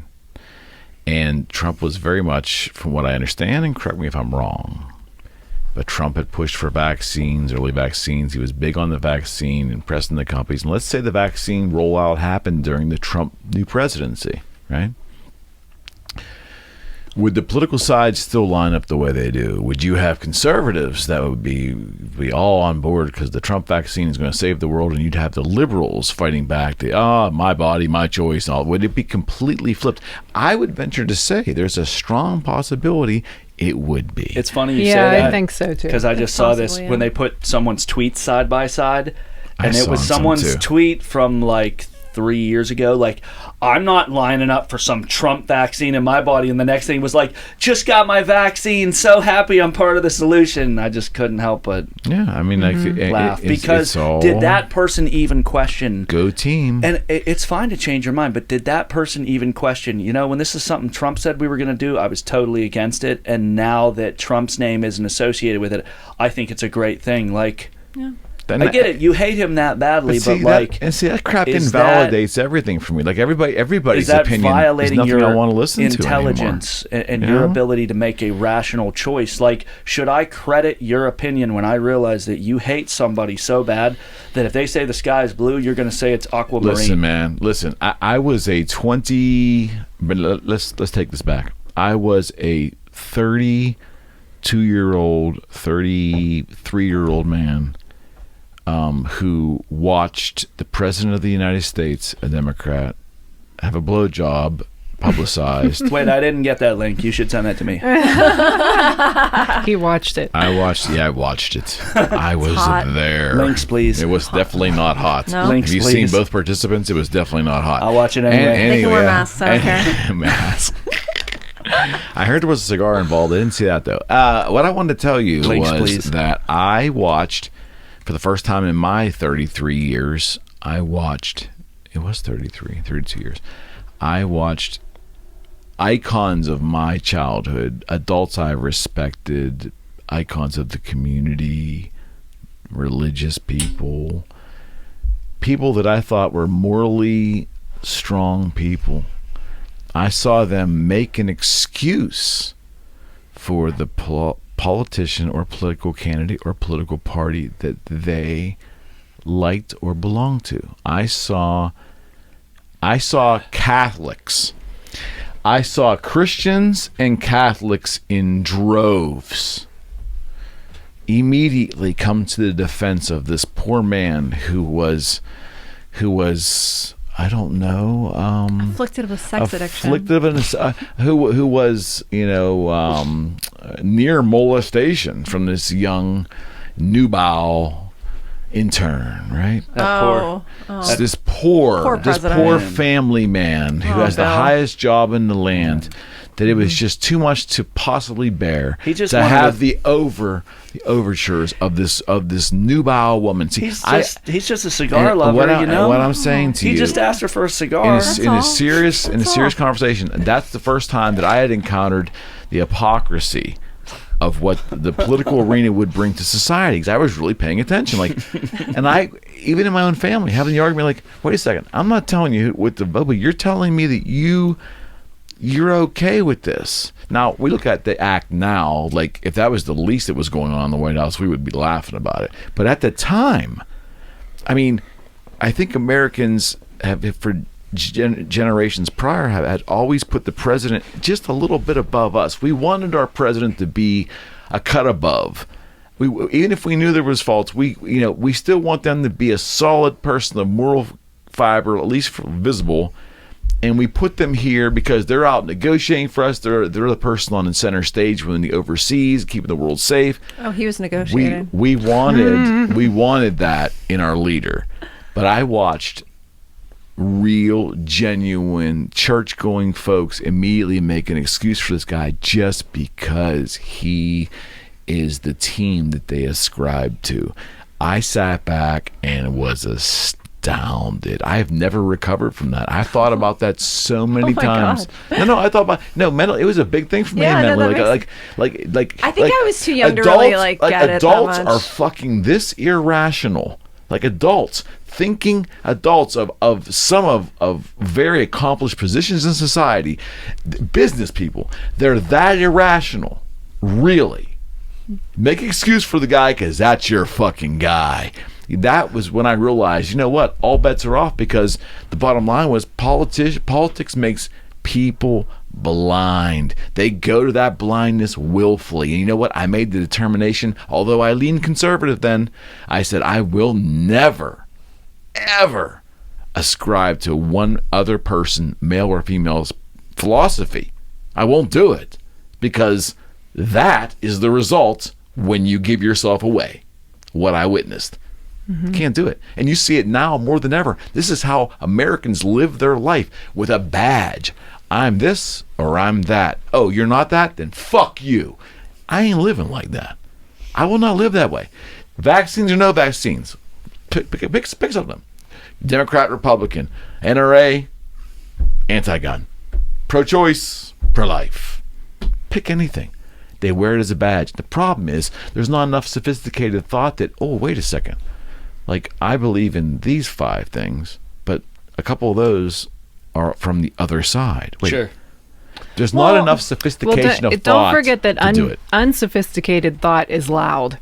Yeah, you know, true. I think I think about studio wrestling crowds when I think about unsophisticated thought. I don't want to think about the average citizen. We got to be better than that. I've compared politicians to studio wrestlers in the way that it's in the whole political sphere, not the political sphere, but in the whole public sphere of politicians, and the way that they get elected and the way that they're presented to us. It is studio wrestling, you know? Yeah. Well, and don't forget too that every issue that they present as a hot button issue, well, they create it.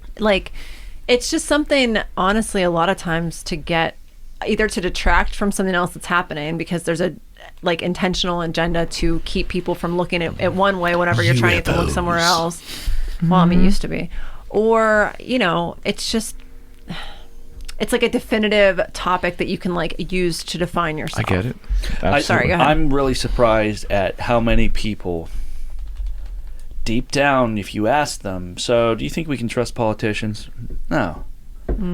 Like, more people now, You think? more people now, they're trusting the politicians.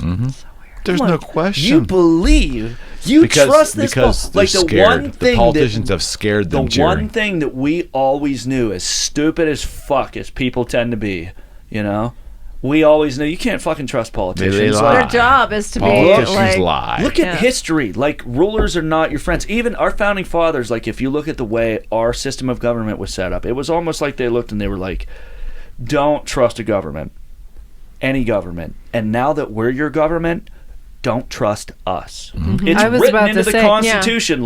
We fought a war for freedom, and we're the leaders now. We are now your bad guys. Watch us like a fucking hawk. Yep. We are the necessary evil. Everything that we have, we don't produce it on our own. We're going to take it from you. So make sure we're taking it for the right reasons. We're using it in ways that are appropriate to serve you. Make sure that we don't become what everything always becomes, as far as one person having power over more people. But they omitted one very, very important thing, and they really fucked up. They didn't install term limits. Had they put a term limit system in their original You mean for just like senators? Constitution, 100%, or create some, even if it was undefined, some kind of term limit language, letting us know as citizens that our you government's going to basically grow, but couldn't never enable people to hold office for multiple terms All right, and look, create these monsters. I got an idea, right? 2 terms. After that, you want to run for a third election, right? Different seat. No. We load up a revolver, okay? Barry, but it's just one bullet, right? And you spin it, and if you pass, that doesn't sound very American, Jerry. why not? think You it's want to run? Nobody's telling you. That's you have. called Russian roulette. It's called reality TV. That's what We're I gonna say. call it the Reality Republic. TV. We're gonna rename it. We're gonna rebrand it. It's the Republic Roulette. Okay. That's funny. It's as just shit. one bullet. Chances are you're gonna pass. Uh-huh. If you want to run that bad, how much do you want to Listen, run? are you a secret right? spy? No. Then right. Oh my god. After the living in third- these walls. After the third term, you want to run for a fourth term? You can do it. Now we're loading 2 bullets. 2 bullets, right? Eventually, they're probably going to tap out. Yeah. They might do it once or twice. What, The odds are in your favor. what about the odds this? be Once forever there's in your 3 favor. chambers loaded and 3 chambers empty, I think they're going to be like, I'm good here. I've done enough good with my time. What about extending the congressional seats to 4-year terms and only permitting one? You can aspire to become a senator or do something different. It isn't like you're limiting your public life to one seat or just one experience in public life, but you can only hold that for 1 term. You would have a constant influx of new blood, New ideas. ideas, new diversity, I would hope. I think it would be a good thing. Nancy Pelosi, Mitch McConnell, Joe Biden, and many, many more that I'm not even thinking of now. These people are not serving us. They've been around so long, they have only served themselves, both from an emotional gamesmanship and also financially. Them being there has not been for the betterment of the people. We don't need czars. We don't need rulers. We don't need a monarchy, for fuck's sake. And I'm even open to having the concept that maybe the Supreme Court should be a limited period of time of some point. The whole idea that these people are so good at what they do that through our indifference, we just can let them keep doing it because they positioned themselves from an advertising standpoint to get into our little brains, that we accept them, is wrong. There should be a mechanism that requires a constant influx of new blood and ideas and ways. Our country might be completely different today had it been installed from the beginning, and we would have had this constant influx of new people, new ideas. We might not be sitting here in this current society. It may look entirely different. Entirely different. We might have some of the greatest minds ever from business serve their country for 4 years. Maybe some of Wall Street's greatest would reach a a position of prominence and say wealthy and be successful and say, hey, I'm going to go serve as a senator. It's only going to be for 1 year, but you know what? I'll bring my expertise in finance, whatever. We don't have that. We have people that probably aren't that bright. Career politicians. And they're there because that's their thing. The influx of new talent never gets there. It never gets there. It ends up being like families too, because then you basically got, of course, it's nepotism, like, and that's all politics is nepotism, because maybe that was the other thing that should have been done. Maybe there should have been nepotism mechanisms in there where you can't stock all of your staff with your family and cousins, because that's how it starts. And it goes down to the local levels in this town right here. I've witnessed it. We talk about that with, like, everyone like looks at like England and like the royal family and stuff like that. And I know Johnny does. We like make fun of that, but like then as a country, like we essentially like have instilled something somewhat similar, and we don't really like talk about it. I can't remember which one it was. I think I know I'll get it wrong, and someone will probably out there fact check me. He's a fucking idiot. But I clearly remember. No one does that, Joe. No, some of you should. I hope someone's doing it. He hopes. But they were like, yeah, blah, blah, blah. And it came up for just an instant, like, by the way, these two presidential candidates are distant cousins. Wait, what? What was that? Like, what are the chances that you and I are distant cousins? Like, we're on a podcast together. Is it that likely? No. Is it that common? Two people here are fucking in whatever mechanism of society. Oh, and it just so happens that they're distant cousins. Like, oh, that's a huge coincidence. I wonder how many other times, like, I've looked at it, like, you got to be careful, because some places we're like, well, every single president we've ever had, they're all related to Charlemagne and blah, blah, blah. Like, you go down the conspiracy rabbit hole. So it's really hard to question I don't believe that. without falling into the abyss of nonsensory. But I'd rather have people questioning, Jer. Some don't question anything. A lot of these politicians, they come from influential families that have been tied into politics for years. And I haven't researched it enough, because that's the thing. I'm busy chasing my own money. You know what I mean? Like, I don't take enough time to sit down and really research. Maybe I'll do it. Maybe I'll do that for one of our podcasts. I will research and be like, how many United States presidents are actually, in fact, not just through marriage, but through blood, related to one another. Because when you realize how many of these powerful, influential politicians all come from the same families, what you start to realize is they come from, you talk about the superclass and other shit like that, they really just come from a totally different world than the average person. Like, take a look at Mitt Romney. Because they can't look at Mitt fucking Romney. Look at the guy. Does he represent you and me? Like, he comes from a totally different world. He was eating caviar from the time he was 5 years old. I've never had caviar. He doesn't represent me. You've had caviar. You've had it on sushi. I don't think I liked it. But anyway. No, you just had it. I just gave you one. It's a mint caviar. No, listen, it comes on injected with date rape drugs. It comes on the Beauty Alaska roll that you love. It's caviar on top. It's not beluga. And I'm really in trouble then. What I'm saying is they don't represent the average person. Well, like, on the other side, John Kerry, here's the same thing. Well, that's what I mean. Where are these blue-collar people that they told me could rise up and become president? Because or maybe they not can't. blue-collar, maybe white-collar, but someone from the average cross-section of American people Bill Clinton who did. makes it. Bill Clinton did. Yeah. I think so. What I mean, was he always held Arkansas? public jobs. Like, he never really worked in a private sector ever. Yeah. But he came from absolute nothing, and through political aspirations, positioned himself as a popular governor and got the gig. Here's the thing about Clinton. That's rare, though. Very rare. Despite that whole thing, I still kind of like Everybody the guy. likes Bill. I'd have a beer with Bill in a minute. Yeah, you know what I mean. I mean, I wouldn't have a cocktail with his wife. Wait. Did you see that Family Guy? No, Bill Clinton slept with Peter's wife, with Lois, and he went to go confront him about it. He was like, "I'm going over there right now," and they cut to, and he's laying in bed with Bill Clinton. He's like, "Wow, you are good. You are really good."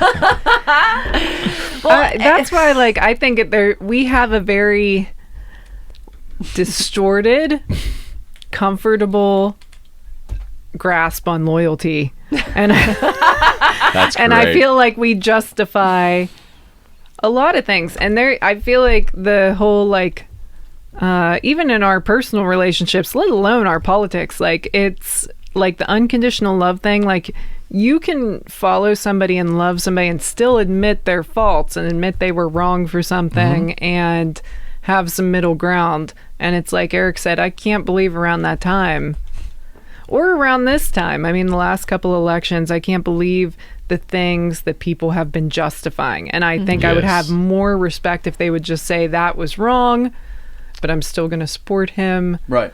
Well, hang on. Can we circle back to Bill Clinton for a second? I'm not even saying what he did was wrong. I'm just saying, Wait a like, minute. compared to the way So- people profess to live their lives. No. But you know? what about the who was the? Oh God, how did it fall out of my head so quickly? The guy that supposedly hung himself. Epstein. So what about the painting didn't hang of like himself. the painting of Bill Clinton in a dress in Epstein's house? Do you remember hearing about that? It's like Painting of him in a dress. Yeah, there was like supposedly like a painting of Bill Clinton wearing a dress in Epstein's I didn't house. hear about Links, that. please. Let me look that up. And also the fact No, that I mean like, to the actual painting. Okay, let me see. Not the news story. Wait a second. Oh, that'll be all I'm over totally social media I'm tonight. I'll hang that on my You present fucking that to wall. me. Now I They know. probably I'm going buried to it. commission an artist. Okay, wait. All right. No, continue the Watch, I'll conversation. be Well, in Facebook you- jail by tomorrow. You know everything. Yeah, I would hang that on my wall. No shit. Well, everything, you know how, like I always say, everything we talk about comes back to stand-up comedy. John Mulaney, the way he talks about Bill Clinton, it's just hilarious because his mom and dad went to college with him or something like that. So you got to look that up too. When John Mulaney talks about Bill Clinton, Is he just a normal guy? it was like one of those. The way he described him was like ladies' man. Jeffrey Epstein owned a portrait of Bill Clinton in a blue dress. The painting titled Parsing Bill was made by the New York-based Australian artist Patrina Is there a picture Ryan. of the dress? Is it for sale? I don't even know if I can find a picture of it. Jerry's Jared, putting I'll up go- your house. There it I'll go at half. so Yeah, you- there it is. There it is. Give it. Wait, send We that got to it. me. We give got it to to me. pass it around. Pass that shit around. You fucking kidding me? Yeah. Come back. Dude, Come back. that's insane. Oh, come back. I'm telling you, like, there's some fucking weird shit. And this is the kind of stuff that doesn't get covered by the freaking media because they're like, oh, we can't focus on this. And I'm like, Yes, maybe we we can. should focus on this for a minute because number one, there were like a million different logs of Bill Clinton flying to Epstein's Island. And no one, I mean, okay, like, No, you got to add this in. that's a real thing. Now, why he had that or I what got a new inspired that. screensaver for all of you guys out there. I want to see this. But number one, like the fact that they didn't discuss the fact that he had been on Now you got to do the reaction video. on a plane to Epstein's Let me Island see. so many times. And Yeah, you got to edit in the reaction videos That- to this too. that was on Epstein's wall. So Above his bed. I'm just saying that, you know, It's in his bathroom. old Bill had some skeletons in his closet beyond just getting a blowjob in the Oval So Office. you think he modeled for that painting in person? I don't necessarily think Kind that. of looks like the Queen of England. I was about to say, do you think that is actually Not necessarily, no. Oh, okay. But what I do think is, you know, intriguing. It's pretty fucking weird. It's pretty fucking weird. I hang out with some guys. I don't have portraits of them in a dress in my house. And Although now you gave me cause for pause. so, and I think just that whole situation, the way the media just kind of like muddled over that like there were like multiple politicians that were flying to Epstein's Island, and then it basically then Yeah. got turned into this another one of those crazy conspiracies. That, oh God, like that's just. And I'm like, is it really fucked up and silly to think about though? Because I'm telling you what, Right, like he was a pedophile. He Yeah. did have young women in his service. and he had multiple. He had a private people- island, and he had people. Now that doesn't mean And- every single person Right. who was on that flight log went and did But, yeah, but shady look, shit. but look how Clinton's But- off the hook there. but- Clinton's off the hook. They're Yeah. They're not talking about that. Like Yeah. that's kind of what you do at a private island. You enjoy private The things festivities. together. She wouldn't do inside. You know what I mean? Yeah. Like, let's say you're someone who enjoys cocaine, right? Yeah. If you're a wealthy person and you really like to do cocaine and you have a private island, does that mean that every person went and visited you on your private island, did cocaine with you? No, probably not. Did none of them do cocaine with you? Not Probably likely. not. No, It's I get it's it's usually not. somewhere in the I middle. get it's not the Right. same thing at all. But you know, is it crazy to think? Well, if some of these wealthy people, before he was outed for being this way, like, is it crazy to think that some of them hopped in on this thing with him? Like, Why? Why are they above suspicion? Well, and that's the other thing is that, Good like, question. the fact that it's the same not, way you don't damn them all. If you look at it like, oh, that's bullshit, yeah. that's a crazy conspiracy theory. Like, well, no, they proved that he had a flight log. Many celebrities and politicians went to this private island. Yeah. It's been proven that he had a pedophile sex ring. Like, why are these people above any suspicion But on no your one's- part? no one's That's what I mean. talking about it. There's no Because they don't questioning want to attitude. believe it. Because you are painted as you're a crackpot. If you even question it, if you even think that for a minute, you're a fucking crackpot. and whatever happened to his And wife, so like, or now his girlfriend, what was the girlfriend's It's almost like name? celebrities and politicians, they're safe. Because as long as they're not outed by the media, the average person I can't remember doesn't either. want to be It was an looked at M as or a something. crackpot. With a G? Celebrities Oh, are safe Gina as or- long as other celebrities Just don't turn on them. Just Stell or Think that through. Ghislaine. It was Yeah. something Yeah. Ghislaine. Yeah, because So- the average person doesn't want to be viewed as a crackpot. Well, for and here's the thinking- thing But is once other that it's celebrities possible. turn, then the media turns. The woman then the that he average was- person Because the media has now turns. told you it's okay to look at this person No like they're a doubt. bad guy. No well, doubt. and here's the thing: is the woman that he was working with, Ghislaine Maxwell. Maxwell, That's yeah. what it was. Just like She was supposedly on trial and like was like this close to getting basically pardoned, and there is multiple accounts of her basically like acting in But you've tandem heard with nothing him. about it, have you? No, That's as the soon as point they that I'm arrested making, her, the media is that- didn't cover it at all. And what happened to And her when people she got aren't arrested? screaming in outrage, going, "What the fuck happened Yeah. with this major story? This should be major news." Right, and like these like young girls were like freaking traumatized. Like they purposely preyed on women that were in underprivileged situations Yep. that did not have a lot of other options. Right. Brought them into sex work. That's pimping 101. And that's what I mean. He and like, was involved in high society. Yeah. He was involved with politicians. He was involved with like MIT and shit. He donated a lot of I money. know. You know what I mean? I Like think Bill Gates was why? over there, right? why is Okay, he above? a football player kills his wife. It's the most important fucking trial of the century. Yeah. This shit, which is almost too crazy to believe, and it's like, well, you said it. That was the whole thing. Yeah, yeah. but I think that's it was not just important. too crazy we don't to need to believe. follow these trials. That's not, the media doesn't deem this an important story for the American public. But who's pulling the strings? When you say media, there's too much media for them to be acting cohesively. There's not too much media. There's That's the gotta problem. be- Is there's only so many media for them- companies, and but most for of them to be there's acting only like 5 cohesively. or something like that. There's only 5 major. I think it's. I don't know if it's 5 exactly, but it's around that number of like major news sources. Who's in the cabal? Because I'm absolutely convinced that there's a cabal, and in the media world, there's definitely a cabal. And you have outliers like Alex Jones and maybe some ultra liberal whack media outlets too. There's you have that one those. media- You have those. that one liberal guy. But What's his name?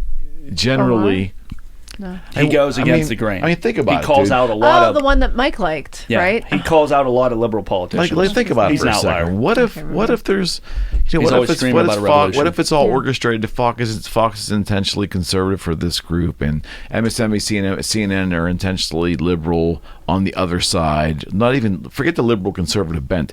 This is one way. This is another way. These networks will handle it this way.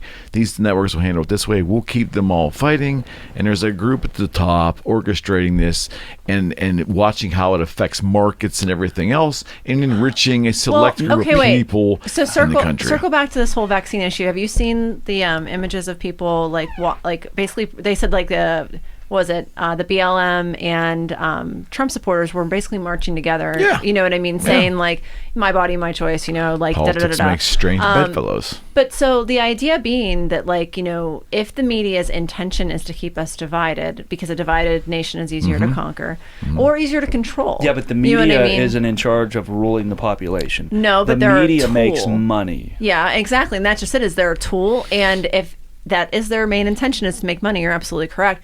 It is very easy. It was in that show we were watching that like people that are motivated by money are actually some of the easiest people to work with, because you know what their motivation Of is. course. People that are Right. motivated by ideals They're an open and book. ideas are much more difficult to work with a lot of times, because you can't predict how that's going to play out all the time. Like someone's ideas and ideals can change. But if someone's main motivator is money and you're in business with them, all you have to do is keep them in business. But it's 100%. if someone's main motivator is like an ideology or a philosophy. Right. Look at all the problems we've had with terrorism. Exactly, Because because they talk they about don't- these religious zealots. Like, Exactly, like you there- don't have there's no way to anything buy them. offer them. Nope. And it's hard to control them. Yep, and it's hard to exactly. predict what they're going to do. But it's not just religious zealots. It's not just people who are like fanatics who become violent in order to try and further their cause. Human beings are dangerous and unpredictable.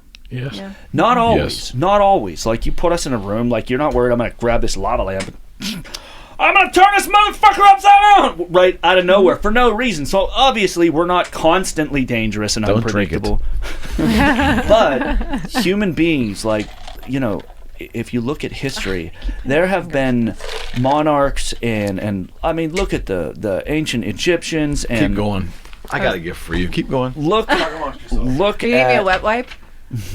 Look at the British Empire. I mean, look at some of the empires that existed, like how powerful Spain was, how powerful France was. Mm-hmm. They had these empires and these power structures that, like, your average fucking serf could not challenge them. Right. And eventually, there was the French Revolution.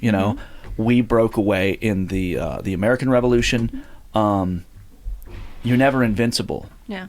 People are hard to predict. You're never invincible. Thank you. So I'll be right back. eventually, you have to concern yourself with how do we keep the power we have? Because we've already talked about how, 2% of the world's population controls like 98% of its the wealth, yeah. something like that. Yeah. And I don't think that's been a disputed figure. No. And we've talked about it on the show before, like, whether you believe in conspiracy theories and shit or not, like, I'm not going to say I do or not, because I've believed in some and then I've found other information where I'm like, yeah, that's probably not true. Like, it is so difficult to say I'm going to get an honest, true, and accurate look at the world, but you can look at facts that are undisputed. And for 2% of the world's population to have controlled and amassed 98% of the world's wealth, it didn't happen by accident. No. Right? Like, law of averages, it didn't just Yeah. happen that way. And the fact that it's, like you said, maintained that amount It of wealth. happened because individuals found themselves in positions of power and they have wealth and they're going to protect that. Like, if I have shit tons of wealth and I'm a powerful person, like, am I stupid? Like, am I not going to protect that? Do I not want that to stay in my family for generations? Like, why wouldn't I? Why wouldn't I do that? If I have that much power and influence and I have that much wealth, I have that much ability at my fingertips, why would I not use that to protect my power and my wealth? And instead what they're it's a doing- basic human, like, if you have a car, you're going to do what you need to do to make sure nobody damages your car or steals it. It's natural to keep what you have. Right. So, whether you believe in conspiracy theories or not, like, yes, there is absolutely 100% a concerted effort to hit the balance and bathroom. maintain the haves having and the have-nots not having, because it's just a fact. You know what I mean? Like, there is such a thing as what they call the establishment. Right. That's not a conspiracy theory. Like, people will talk about, like, oh, well, you're more of an outlier. Oh, that's what critics of Hillary said. Well, she's very for the establishment. She's not that much for social change. She protects the socio-economic status quo. the Yeah. established order. Like, when you come into this country, they're like, so would you advocate, what is the question? It's would you by violence or coercion Overthrow. advocate For the overthrow of the American government or something like right. that. So, like, yeah, we don't want you to overthrow the government. Like, we like it here. by and large, We like what we're doing. by and large, as much as you have these mouthpieces saying, oh, we got to change things up. Oh, we're tired of the disparity. Oh, these CEOs make too much money and we're going to run on that campaign. You're running on a campaign. You're getting elected to office. How many poor politicians are there? None. Right. Well, and with the interesting, I guarantee you're not Exactly. going to be poor. You have a salary. Exactly. How many politicians are only benefiting from the salary that they make in their office, and they don't have millions of dollars, many of them, that they've amassed through their position? Yet. well, and here's the interesting The thing: haves is that, have and the have-nots have not. And the haves, I mean, unless they're stupid, which they're probably not because they've amassed a lot of wealth, they are going to make a concerted effort to protect what they have. Now, whether you believe they do that through strictly legal means and they're not working behind the scenes and under the table to protect what they have, hey, bless your heart.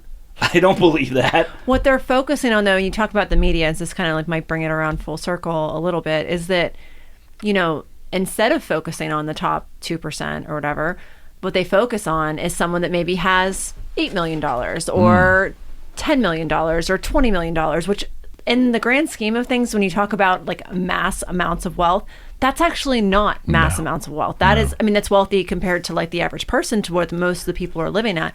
But when they talk about redistribution of wealth, that's the people they're trying to take the wealth away from. They're not even touching the people Exactly that right. are, and that's, You and nailed it. it's like, you know, even the people that we kind of view as the very top, like the Elon Musks or like the Jeff Dorsey or whatever, they're not even like close to that marker. You know what I mean? It's Yep. kind of like a situation where, you know, when, and this is going to kind of like get really conspiratorial, but I just read an article about this recently, that Biden, what did he appointed the top financial advisor is this lady who has throughout her career basically spoken out about the fact that communism has never been done correctly. Right. And that I read that forget as her well. name, and she said that basically like our system of government is fundamentally flawed, and what she's using are these kind of like catchphrases, like, you know, in Russia at least we had proper maternity leave and equal pay for women, and it was like, yeah, because no one was making anything because you couldn't make a mass, and it's like, okay, so you let It was equal. you let people stay home because they're all poor. You know what I mean? Like, do you really want, like, There's a I'm reason. sorry, I'll go back to work after 3 months so that I can live the way I want to live. Right. And I'll have family support and deal with it that way. Yep. Like, don't freaking try and tell me that you're going to put me on a level playing field when all that really means is that you're basically going to level the playing field by making everybody a state of poverty and keep everyone that's still all the way at the top 100%. right where they are. Yeah, Because and then it's she ridiculous. made this statement like communism's never been right. It's like, because it's fundamentally flawed. You know what I mean? Like that's what like what drives me crazy. It's become this kind of like joke thing here to state that like, oh, so and so they think he's a communist. Isn't that silly? And it's like, No. it's actually not, because that's one of the like founding principles that we were fighting against. Well, you know what I it mean? takes Like, sophisticated thought to understand that. And I'm though, not see? saying it's just communism. I'm saying like Or over socialism. several other styles of government and financial systems, we chose this one Right. for a reason. No doubt. You know what I mean? Communism believes in the following: that the people should give their money to the state and put their trust in the state. Capitalism, people should give their money to other people. They should keep the money within the people and trust the people. Trust the people. Put their trust in the people. Keep the money with the people. Put their trust in the people. That's a big difference. I mean, it's a complete difference. It goes to control, it goes to levels of autonomy. It's just, it's a huge, there's no mixing the two. There's people that want to blend in elements of socialism into capitalism. These things are fundamentally different. And this is why you have all these taxes that go against capitalism, because they're not supposed to be congruent. We're trying to make it that way, but we'll never get there. I mean, you can't have a communist form of government coexist with capitalism. China's trying to do it now. All China has done is given the benefits of capitalism to a select few in China, with everyone else dealing with the wrath of communism. That's all they've done. And that's just the thing, is like, They don't coexist. I've talked to several people, not several, I don't have that wide of a circle maybe, but like, or that diverse of a circle, but I have talked to people that were, you know, Cookies. brought up Cookies. in other countries that where like those styles of government were, you know, in place. And the reason they're here is because it was so poor there that like they had no options. And so it's like, don't try to paint it out in this way that like it's gonna be different. Like, No. I'm sorry, like a kinder, more Wait. gentler communism. yeah. Exactly. Well, and that's the thing My is, Russian barber, he was like, get down I'm and good. kiss the ground every day and Yeah. thank your lucky stars. Yeah, that you were born I'm here. so happy to be here. Like, Yeah. I was like, well, what was it like in the Soviet Union? He was just like, poor. yeah, that's my coworker poor. said it was extremely poor. Just poor. Yeah, like your whole focus on life is basically just surviving and No choices. trying to get out, basically. You know No, what it's I going to mean? work this time, though. Oh yeah, We got a real plan. Well, that's what I was saying, is that basically like the person Biden appointed has a, you know, of our finances has this like long-standing record of stating that communism just has never been done right. Sure. You know what's interesting too is you can really go into the argument about healthcare. You know, I think setting your face on fire has just never been done right. Like, I think there's a way to go about it where you won't lose your eyebrows and get, you know, third-degree burns all over your... I'm not interested in it. I'm not going to do that. No. You're just not doing it right. No, I'm not. I'll tap out. I'm good. I'm good on that. I don't understand why there's this confusion, even with healthcare. It's like, I would love to have a system that we could all as a consensus, or the majority of the country could agree on, that would give healthcare to everyone for an affordable price and give fantastic care to everyone regardless of income. I would like a system like that. On the converse, because there is a financial carrot out there to practice medicine and practice it well and be innovative and be known to be the best. Right. Because that system exists, we have the highest level of healthcare in the planet here. Yes, the system is competitive and it's capitalistic driven, and I don't think that's completely right. I don't know how to fix that. I don't. But I don't want to take it away. I don't want doctors to get medical degrees who don't deserve them. Yeah. Who just kind of, would you want like a C- medical school student working on you? Yeah, right. Would you? No, absolutely not. Would you want a guy that barely passed the flight examination flying your airplane? And I've literally heard this, like, I don't know. Best, like, only people who can achieve a certain level of academia having certain positions has no place in an inclusive society. And I'm just like, no way. But that's really? Like, you don't want your airline pilot to be like really good at what he does? You're cool with somebody who's just like, dude, 9 times out of 10 he lands a plane, and you know, that's good enough for us. One time he lost the landing gear, you know, there was a fire, I mean, some things happened, yeah, but he's like, good 99% of the time. Right. 99% of the time. Every 10th time there's a little bit of an issue. Like some people, yeah, like a brain surgeon, I want you to be really good at your job. And if you don't have a financial incentive, like, why? And I think it really comes down to, like, people are motivated by self-driving factors. Not only, like, I do nice things for other people out of the goodness of my heart. Right. Sometimes when I find the opportunity, and other people do. Some people, they're just very self-motivated all the time. They're not going to help you out. And it is what it is. Like, they have the right to be that. I'm not saying we're all cold, unfeeling, insensitive bastards. Mm-hmm. But in general, like, giving someone a motivation to do the best they can, to be the best they can, to get up early as shit, to get out there, work their hands to the bone, to study. You gotta have the carrot late out there. into the night. Like, it's self-governing in a way. Mm-hmm. You make more the more successful you are, the better. Achievement-based. The better you are at what you do. The quality of life should rise for everybody because of that. The problem, I think, in our country is that we really haven't seen, not for a long time have we seen true capitalism. We've seen crony capitalism. No question. And that's the thing, especially with the youth. They don't see a difference between capitalism and crony capitalism because they just see the corruption.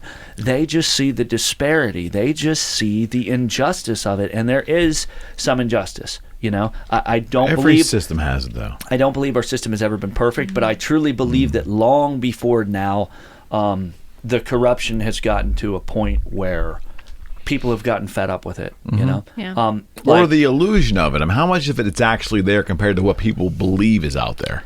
Well, here's the thing is that I think, and this is where... There's a disparity. I think that there is like a little bit of a, like... There's a disparity. A generational change is that, like, you know, when we were younger in like 2008, like during that particular financial collapse... You were real young.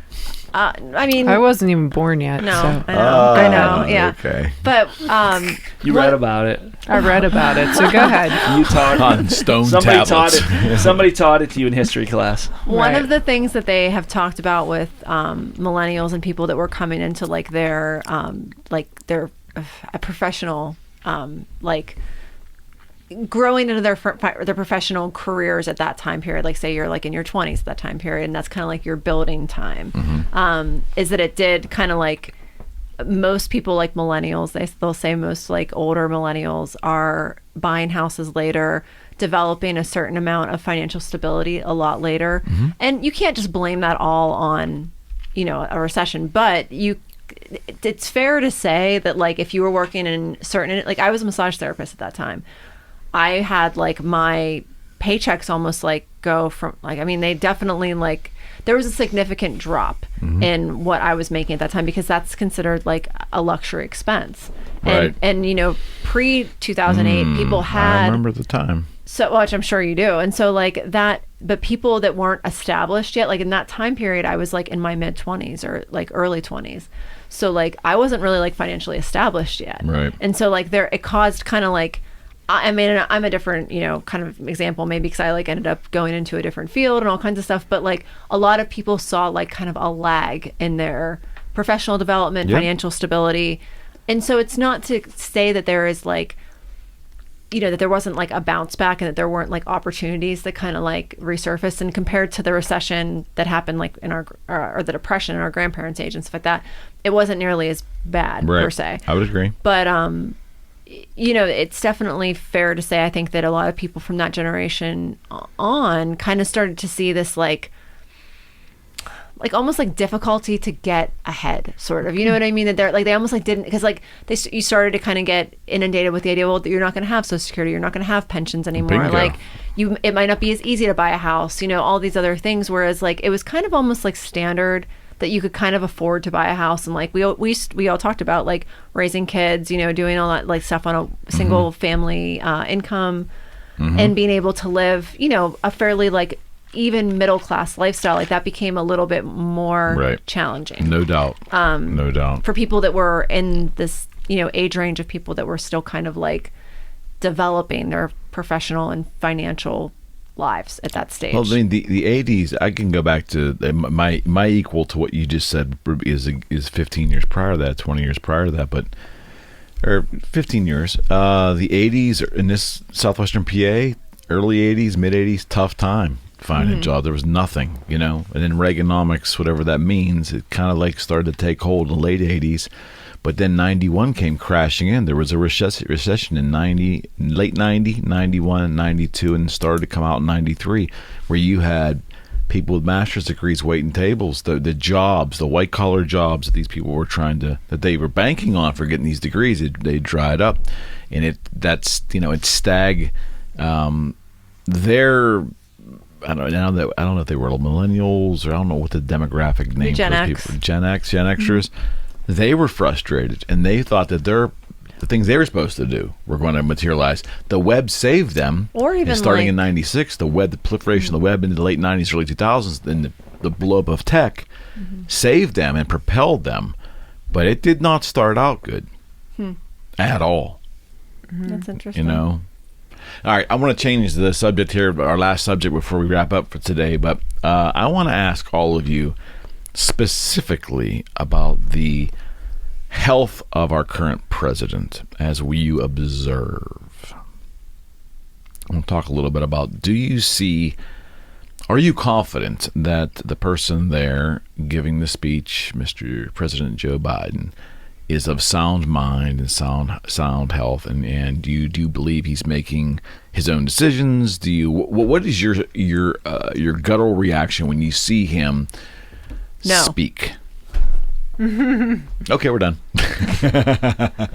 I don't watch him speak. I don't. Yeah, and I don't either. And for Not that reason, at all. You don't catch it on the news. You don't see him give Nope. You don't see him give reactions. I don't see any point. You've seen nothing. I honestly haven't in at least a couple months. I have been trying to like stick my head in the sand because it's been a little too much, but It's hard to watch.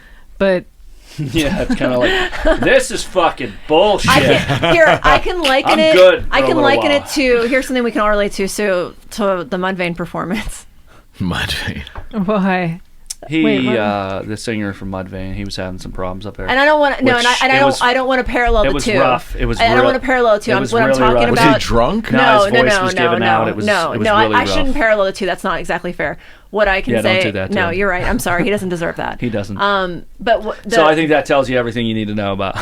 Well, and I mean, to be fair, he gets confused up there. I mean, he doesn't know what he's talking about. That's what I mean. I kind of feel that way about Biden in a lot of ways. It seems like he's just like. I don't think he's a malicious man. I'm not demonizing the guy. I don't think what they're doing to him is fair. Like, Right. I think them putting him in that seat was really. Who is they? The Democratic Party. I So think for it's them his to party then. It's almost a shame that the man he is and what he's been through in his life, this is the way he's going to go out. Yeah, He's gonna be give out remembered. and be remembered. I think he's going to be remembered as the greatest president these United States have ever had. Yeah. The fact that I got to laugh from that, like, some people would be like, you say that about Bill Clinton, be like, well, I don't know if I agree with that because, like, you say that about this president, someone's like, you know that I'm joking. Yeah. I said it totally it serious. always falls around. It always falls around party lines. His mental capacity is not there. No, and I think everybody, even people who strongly support him, like, come on, in the back of your head, are you like, seriously? yeah. Like, would you ask this guy for fucking directions if you were lost? Would you let in him drive?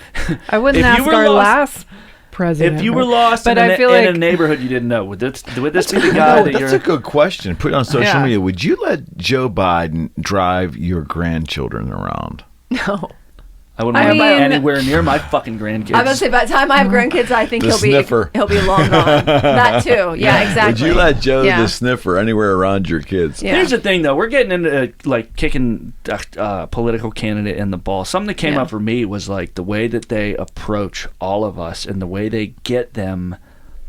They think we're stupid. No, the dude. way they get us to vote for them, it is ingrained in a politician's, like, approach to pull on your heartstrings. Mm-hmm. Like, Do tell. it's just the way they operate.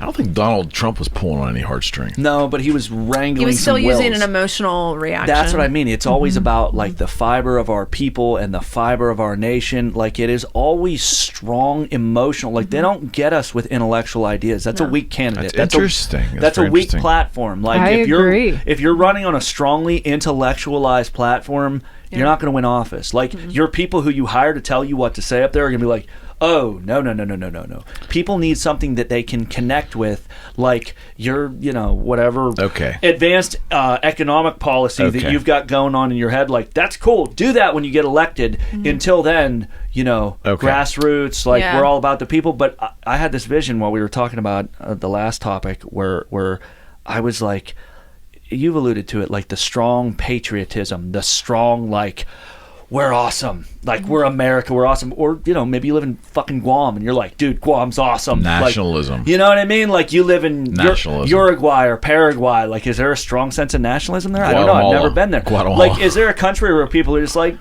it's all right. Somalia. But typically, like, is there especially some humbleism with a more developed nation, with like one of your bigger, especially with America or like, the Soviet Union, Canada. like, we are Russia. UK. We were forged in the fucking Siberian sub-zero. We are strong people. Like, Ukraine. There's always this, like, Yeah. you know what I mean? What if we didn't have that? And Nationalism. what if politicians didn't, not need, but what if it wasn't commonplace for them to market themselves to us and sell us on them based on a bunch of sentimentalism?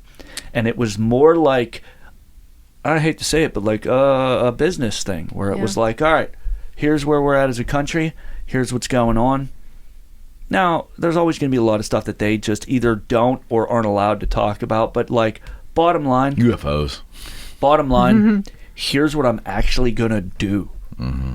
And here's how it's going to benefit all of us. But see, the public isn't critical thinking, so they live in an era of sound bites, so they don't. That's what I mean. Why would that not fly? And we all know that it wouldn't. We all know that would fall flat. Not in 2021. It would fall flat on its face. But just imagine a world. This is kind of like the vision I had, where we don't all rely on this strong sense of like, dude, we're America. Like, maybe we nationalism. Maybe we wouldn't have if we weren't. And I'm not saying not being like, love your country and love the place that you live and have that like true blue, like, I love where I come from. I'm not saying don't have that, but without this fiercely like, oh, it's all good here. Oh, we're always strong. Like, oh, we totally didn't have a guy come out and write a book called Confessions of an Economic Hitman, all about how we went into South American nations and deliberately toppled their governments to set up these banana republics where we made a few local warlords wealthy beyond belief, and we impoverished an entire nation so that we could siphon the wealth and the natural resources out of that country. Like, that's not a fucking conspiracy. Well, these people have come forward and said, we've been doing this for years, where we go in, we use the CIA to fuck with their government. It's called the CIA. Like, if we're not acknowledging that as a country, right? If you're true blue American and you're just like, that's bullshit. Like, maybe if you don't have this only positive view of your country that's being put out there, maybe you wouldn't have the backlash with people who grow up and they're like, I hate this fucking country. I want to burn the fucking flag because everything I've been told here is a lie. Well, there's like I was saying before, we definitely should have pride, but in a realistic way. There's definitely a very thin line between pride and delusion. Yep. And it was almost like I was saying before, like we were saying, like, what if Biden goes to another term? Like, I was joking about it, but it's almost like you said, like what they're doing to him. It's like a Weekend at Bernie's thing. I won't be surprised if he comes out and he starts wearing sunglasses. I've actually seen them Photoshop him. Oh my god! Oh, I want to see that. That's killer. And he's like, it's unfortunate, but it's when hard he not to talks, laugh. he'll be. I know. Oh, it's funny as shit. I don't get it. Like I feel like I told you in the prior room in a pre-show. I told you.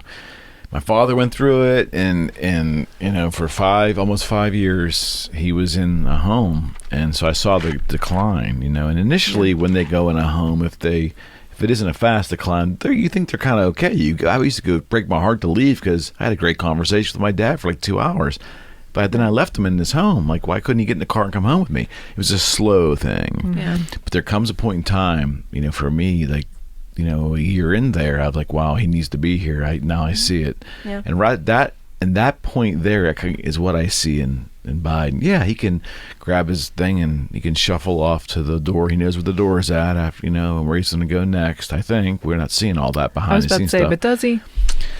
The thing is, so the thing is, when he stumbles through We've all the tripped words, up some stairs. Yeah. Usually a few drinks in, though. Come on. he's not able to finish his sentences. He straight up says they don't want me to talk and too much. who is the they? I would love for a reporter to say, President Biden, thanks for enabling me to ask my question. You mentioned prior that they don't want me to talk much. Can you please tell the public who they is? I'd love for someone to have the balls in the press corps to ask that question. But I mean, they've always got people writing their speeches, you know. But I want him to say They've it. got cabinet But members. But we've never had a president be like, I there's can't a level talk. of arrogance and pride with most presidents. They would never admit that they want me to do this. No, a president never utters the words, they want me to do this. We don't even know. There's so much. There's so much many we things. don't know. Right. So Yeah. it might not even be pride and arrogance. We don't know what they're tied into. Yeah. And I don't know if we'll ever really know. Well, you know he's being protected because there are no real question and answer sessions. There's just it's kind of like Reagan in his last out of his 8 years.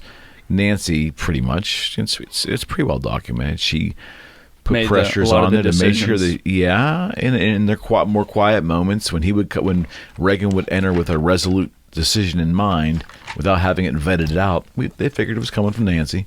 But they also protected him in terms of public events and things like that. But now we're getting it in the middle of a pandemic at the beginning of this guy's term. Year of a first term. And this is, but look, there Tell us you go. how you really feel. I was about to say, I'm so tired of that shit, man. He's my guy. Oh, they're all running from him now. I ran into a good friend of mine who was a big Biden supporter. He said, how's your guy doing? Oh, man, he turned out to be a disaster. Oh, it only took 8 months to figure that out, right? So we're 8 months in, and he was a disaster. You still standing by that vote? Oh, well, I guess against the other guy was the right thing to do. I said, well, you live with that, pal. You live with that. I feel like, I mean, me personally, for as long as I've been voting, it's always the lesser of the two evils. Yeah. I'm sorry. The That's just the way of the two evils. Yeah. I'm talking to people who are so vehement. They wear the shirts. They got the buttons. They got the No, pins. They got no. come on, man. It's not. Come on. He was a freaking corpse then. I'll He's a tell you corpse what, now. Here's But the we thing. were familiar with Yeah. him, and he's Yeah. been in I our. wasn't familiar with him. The Biden memes. Biden memes. That's Biden what I mean. The memes. fact I swear that to God, he Biden got elected on Biden memes. Yeah. I swear I mean, to fucking God. the fact that this we have- youth only knew him through Biden memes, Yeah. and they were beloved memes. I know. I was like, at least the Biden They memes were will come pretty back. good memes. I'll give you that. They were great good memes. fucking They memes. were And great. Hey, there's some good ones now. He I'm is telling a you. They were so corpse. funny. I know. He's like, hey Barack, I'm gonna go out there and say I can't remember who it was. Yeah, It was shut up, some other, Joe. it was some other political figure. He's like, oh hey, we go out there. He's like, I'm gonna wink and point at the people, and he's like, Barack's sitting there. He's like, Joe, can't you just wave at them? And it was like him 5 minutes later. He's like. Like, him being a doofus, even before he was so far gone with whatever's going on with him, like, it made him endearing. Yeah. And I swear to you, that way he got elected because of the fucking Biden memes. Biden meme. Yes, the Biden Don't you meme. feel I'm that having way my own about? senior moment over here. I feel that way about GW Jr. Like, I Yeah. feel like Bush was like, Yeah. it Buffalo was like wings. we. What was the classic, like, tomato? Did he spell, like, potato wrong or something? I forget. I Oh, think that was man. somebody else. I don't remember. Okay, never mind. I was like, But- you're adorable, but I don't want you to be my president. I Oh my know. god. Oh, I know. This goes I back to what know. I was saying, though. Just imagine a world where presidents didn't run on sentimentalities, where we didn't have this strong, like, you think about America and there's a fucking eagle and, like, Yeah. there's, like, creeks and shit, like where we had a more, like, realistic look, like, all right, we've done some good things, we've done some bad things, you know? World War II, hey, come on now, you know what I mean? Yeah. We did a That- pretty that good was a fucking win. thing here. However, like, there's this fiercely strong, like, patriotic, like, we stopped Hitler. And if you really read about it, like, a lot of people over here in this country, they knew what Hitler was doing before we got Long involved in the before. war. And a lot of people looked the other way until we were drawn into that war, and we really couldn't not get involved. Like, Until they it's- bombed Pearl until- Harbor. Yeah. Yeah, Right? until Yeah. it was the whole fucking world, and Yeah. it's like, yo, this guy's gonna take over the world if you don't get involved. But Yeah. like, there's this very like, oh, we're Superman with a fucking American eagle on our chest. Like, we knew he was killing Jewish people over there, and we weren't gonna stand for it. And it's like, No, you knew. that's not exactly how it went What down. happened, yeah. Most people in power here, if you read about it, a lot of them knew exactly what he was up to over there, and it was like, we don't want to get involved. I mean, we in didn't that. do that Here- to no, Stalin. But here's the right? thing. That's what Stalin I'm killed saying. just as many What if people, it if not wasn't more. always about Strength. American Superman, Yeah. or you know, the opposing view where it's like, you know, the empirical, like, oppressive piece of shit America full of like a bunch of wealthy, spoiled, privileged Capitalist pigs. privileged white people constantly trampling on every minority, like these two opposing viewpoints of America is awesome all the time and just this oppressive wasteland, it's dystopia. Like, what if it was a more realistic, less emotional, just Right. like, hey, here's what we're really doing. It just Does it resonate with you? If it here's- does, vote for us. here's the thing, it doesn't sell. And like, There's too much money Right. involved with it, man. it's not just money. Winning is the money. It's where we have ended up as a people, where a politician, it's not an emotional thing. Yeah, You know what I it mean? shouldn't Like, be. he's not my babysitter. Like, I don't have to like the guy. Yeah. Like, I don't have to love the man. I don't have to feel like, oh, he reminds me of my grandfather teaching me how to swing a bat when I was 5. Like, he's a politician. Where the fuck does this strongly emotional component come in? Yeah. It's because really, like, if you get a good look at American politics, it's very business oriented. And if we start making decisions like, From a business standpoint. basically, do I want to do business with this person? Right. Because Then his we're gonna job start- is so important, we want to trust and love him. So if, like you said, if we got past that, like, I want to know him or relate to him Well, in and I some think way. if we took a very different approach, we would start paying a lot more attention to politicians' voting records. We would start paying a lot more attention to what's really going on in American politics. Right. It wouldn't be as easy to divide us and to spin each issue and get everybody so fired up. We would be taking a much more objective look at our government, at what they are doing in the world and how they are governing us, and we would make different decisions. And I think some of those halves I talked about earlier, some of their little fucking marbles would start slipping away. You keep us emotional, you keep us reactive, you keep us impulsive, and you dull our minds, you blind our sight. And that's not a conspiracy. very well put. That's not a conspiracy. very well put, That's Jerry. just good fucking old-fashioned politics. I'm a fucking car salesman. I'm going to sell you this piece of fucking shit over here. And when your neighbor looks at it and goes, Jesus Christ, did you drive that thing home? Like, don't you love your children? I'm going to go, listen, Bob sold me this car, and he's a good man, and he showed me pictures of his dog, and he cares about my family. And that's Yeah. it. Yeah. so Stupid that you decision. just describe people describing their vote for Joe Biden. Or any president that we've had that people looked at afterwards and was like, he wasn't as great My, as he was my supposed argument, to be. my argument to Biden. All of the American politicians who we know Right, are I get up it. to shady shit, and we just... I My question, Like you said, we've been justifying it, Eric. My people, the question I would have for people who voted for Biden emphatically and were so sure that he was the right decision and that Trump was bad. Did Trump really hurt your feelings so bad that you were okay with electing a corpse? Because that's what you got. For me, he's just a symptom of the whole situation. I was about to say, I don't He's think no- people look at him that way. I don't think people look at him as a corpse. You don't think so? For me, I think a lot of people are honestly like very. I'm not saying that people are delusional. I'm just saying I think that people are kind of like turning a blind eye to the obviousness of his mental state. And I think that Like people making excuses for Trump too, not because they just did that. But I That'd think be a bad yeah, behavior. and I Or think like you said about Clinton, that's Yeah. real quick. I just Yeah. wanted That's a good to point. sum up what I was That's a going to good say. point. He is no better or worse than the whole fucking show I just Oh, described. I agree. He's just a little more visibly senile. I Yeah. agree, but we knew that though. Yeah. That's the thing. Like they couldn't come up with a better option. I was all for getting Trump out. Believe me. Hey, but the if he- best you gave me was Joe Biden. If he weren't really. if he weren't senile, I mean, he's been in politics for years. If he weren't a senile old man, would you be behind him 100%? I think I probably if he was actually making proclamations and he was under his own volition and I was confident of that, absolutely. He was always a moderate Democrat. He said some really bad things in his career. I mean, I'm surprised that this The racial tape jungle. wasn't rolled heavier. Oh, no, yeah, Shame I saw on that. Trump for if Trump wanted to combat Biden, that's what should have rolled.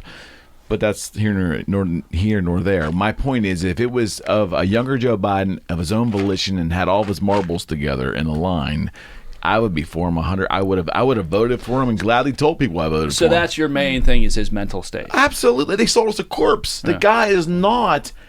Yeah, I mean, I've purposely watched some because I'm fascinated by some of the. How can he stand up there and take questions and speak eloquently? Fascinating. I'm fascinated by it. Like it's. Listen, I say it all the time. You ever see the movie My Reanimator? my life is theater. See I what? want Reanimator. all these things are theater, man. Like this is what great theater that whole press conference is. The human interaction Yeah. and just sit back and just watch it unfold. It's they amazing. know that they went with name recognition because they knew they had to capture, like you said, like a younger demographic. They knew that like likely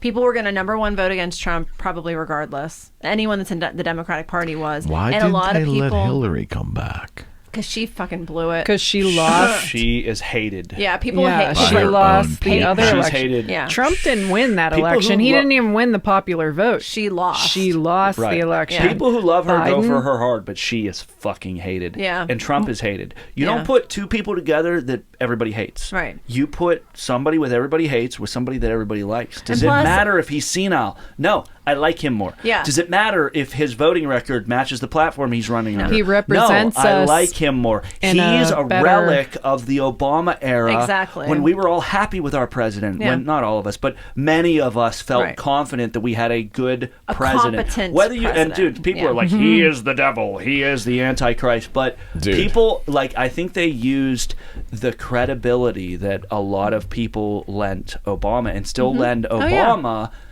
to put this guy up there and just say, look, he's not really all together there, but people like You him. can't say that about the man on finger on the button. He's running our military. He's running the no. Let's the be world's most let's powerful Hey, wait, wait, wait, wait. military. There I know. you go. Hey, I wait. know He's that. running the world. wait. Don't I make know. any No, I know. confusions about You it. Trust just me, said I know. they can't because they did, and Yeah, they we did. allowed it. Yeah. I mean, it is what it is. People vote with their feelings, and this is what you get. And that's So why- Trump hurt enough feelings that people chose the a thing. corpse. They didn't. Some people they really be didn't think he was a fair- good president for a lot of different reasons. But yes, the biggest thing is. Yes, he said some insensitive things, and he came off like a total asshole. Yeah. We care more about our feelings That was my nowadays. point. That's my and point. our representation. And our reputation, because Yeah. honestly, that was the other part of it, though. That I was going to say is that it's I don't not. think they care about America's reputation. I think It's to some get in their people do. feelings. They- Some, yeah, but I the think bulk- they Some do. people Yeah. feelings hurt. It's like not just that. how Look, he he's didn't going insult to- me. Here's the thing: it's about our team winning and about our team being right. Because as many people hated him, some people like Fucking love They're him. talking about him like he's Jesus Christ. I Like the know. people. The same thing I said about funny. Hillary is true for Trump.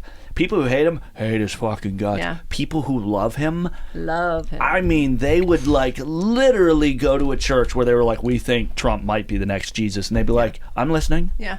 Well, that's just it. Here's the You thing. had my attention. Now you have my curiosity. Do you see though the lack of intellectual sophistication in our voter Yeah. base? Do you see the willingness?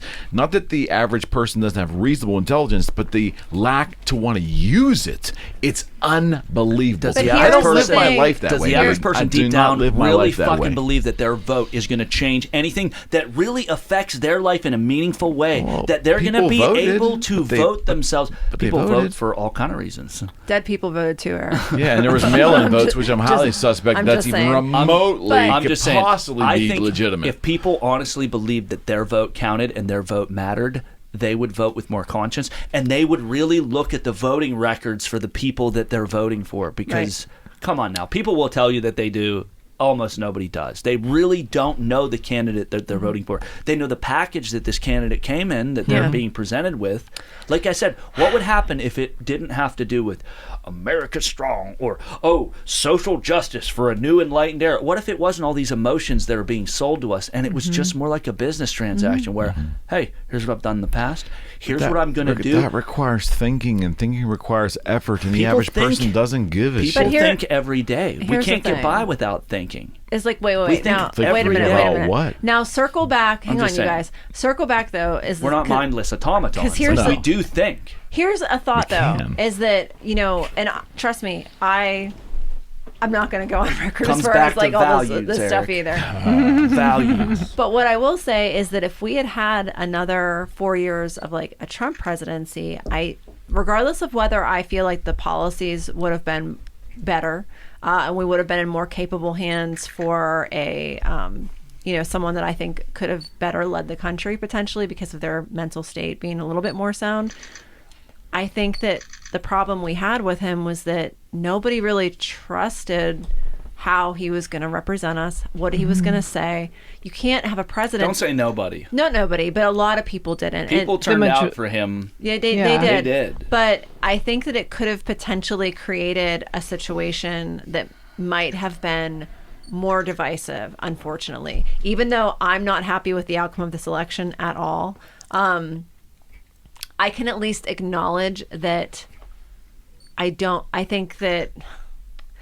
think either outcomes would have put us in a position where we were any less divided You don't as, think? as socially as a people.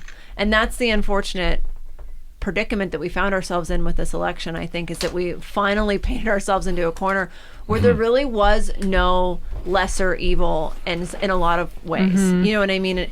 In a lot of people's eyes. Not I agree. everybody's. Like, it's never going to be like one way or the other. But I don't think we would, again, I just don't think we would have been any less divided with Trump. This is the best they had to give. I mean, they wanted Trump out so bad. I get it, but this is the best you had And to do it. truthfully, he might be if the Republican he- Party wants to win it next term, he might still be the best candidate they have because of the passion people have for him. I was about to say they But were I don't- they were answering the call.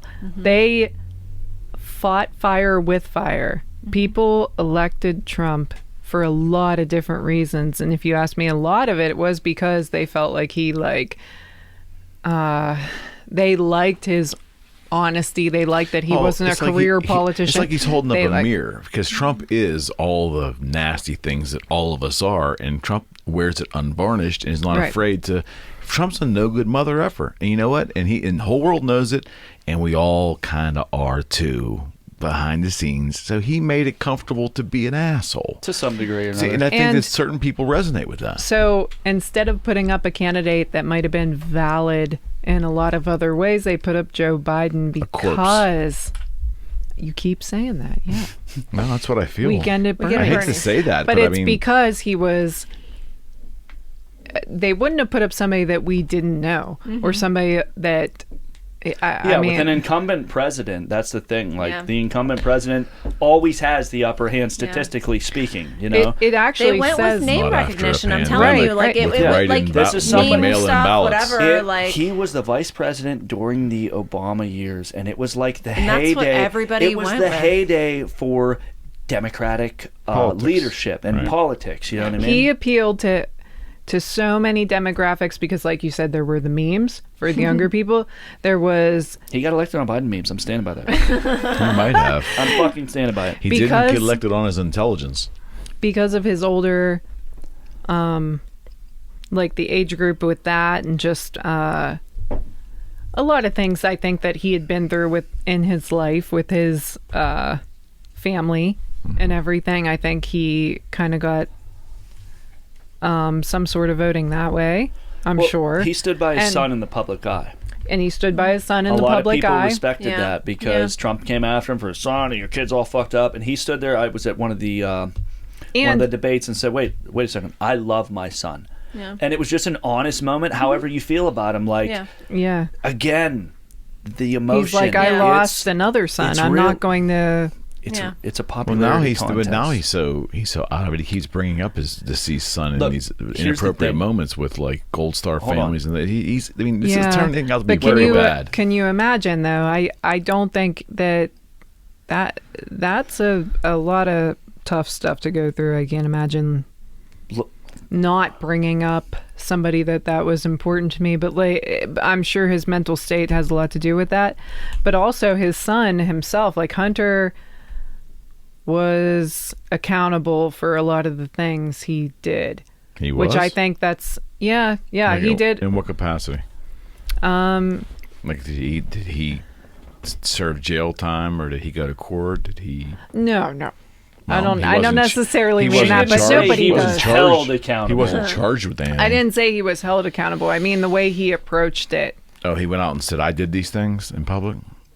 Yeah. Okay. And I mean that's I mean, we had photographic proof, anyways. It was kind of hard to deny what he did. I mean, Yeah. We're all talking about emotional shit. Like I Yeah. said, we're not Yeah. talking about whether either of these candidates is a good leader. Right. right. Yeah.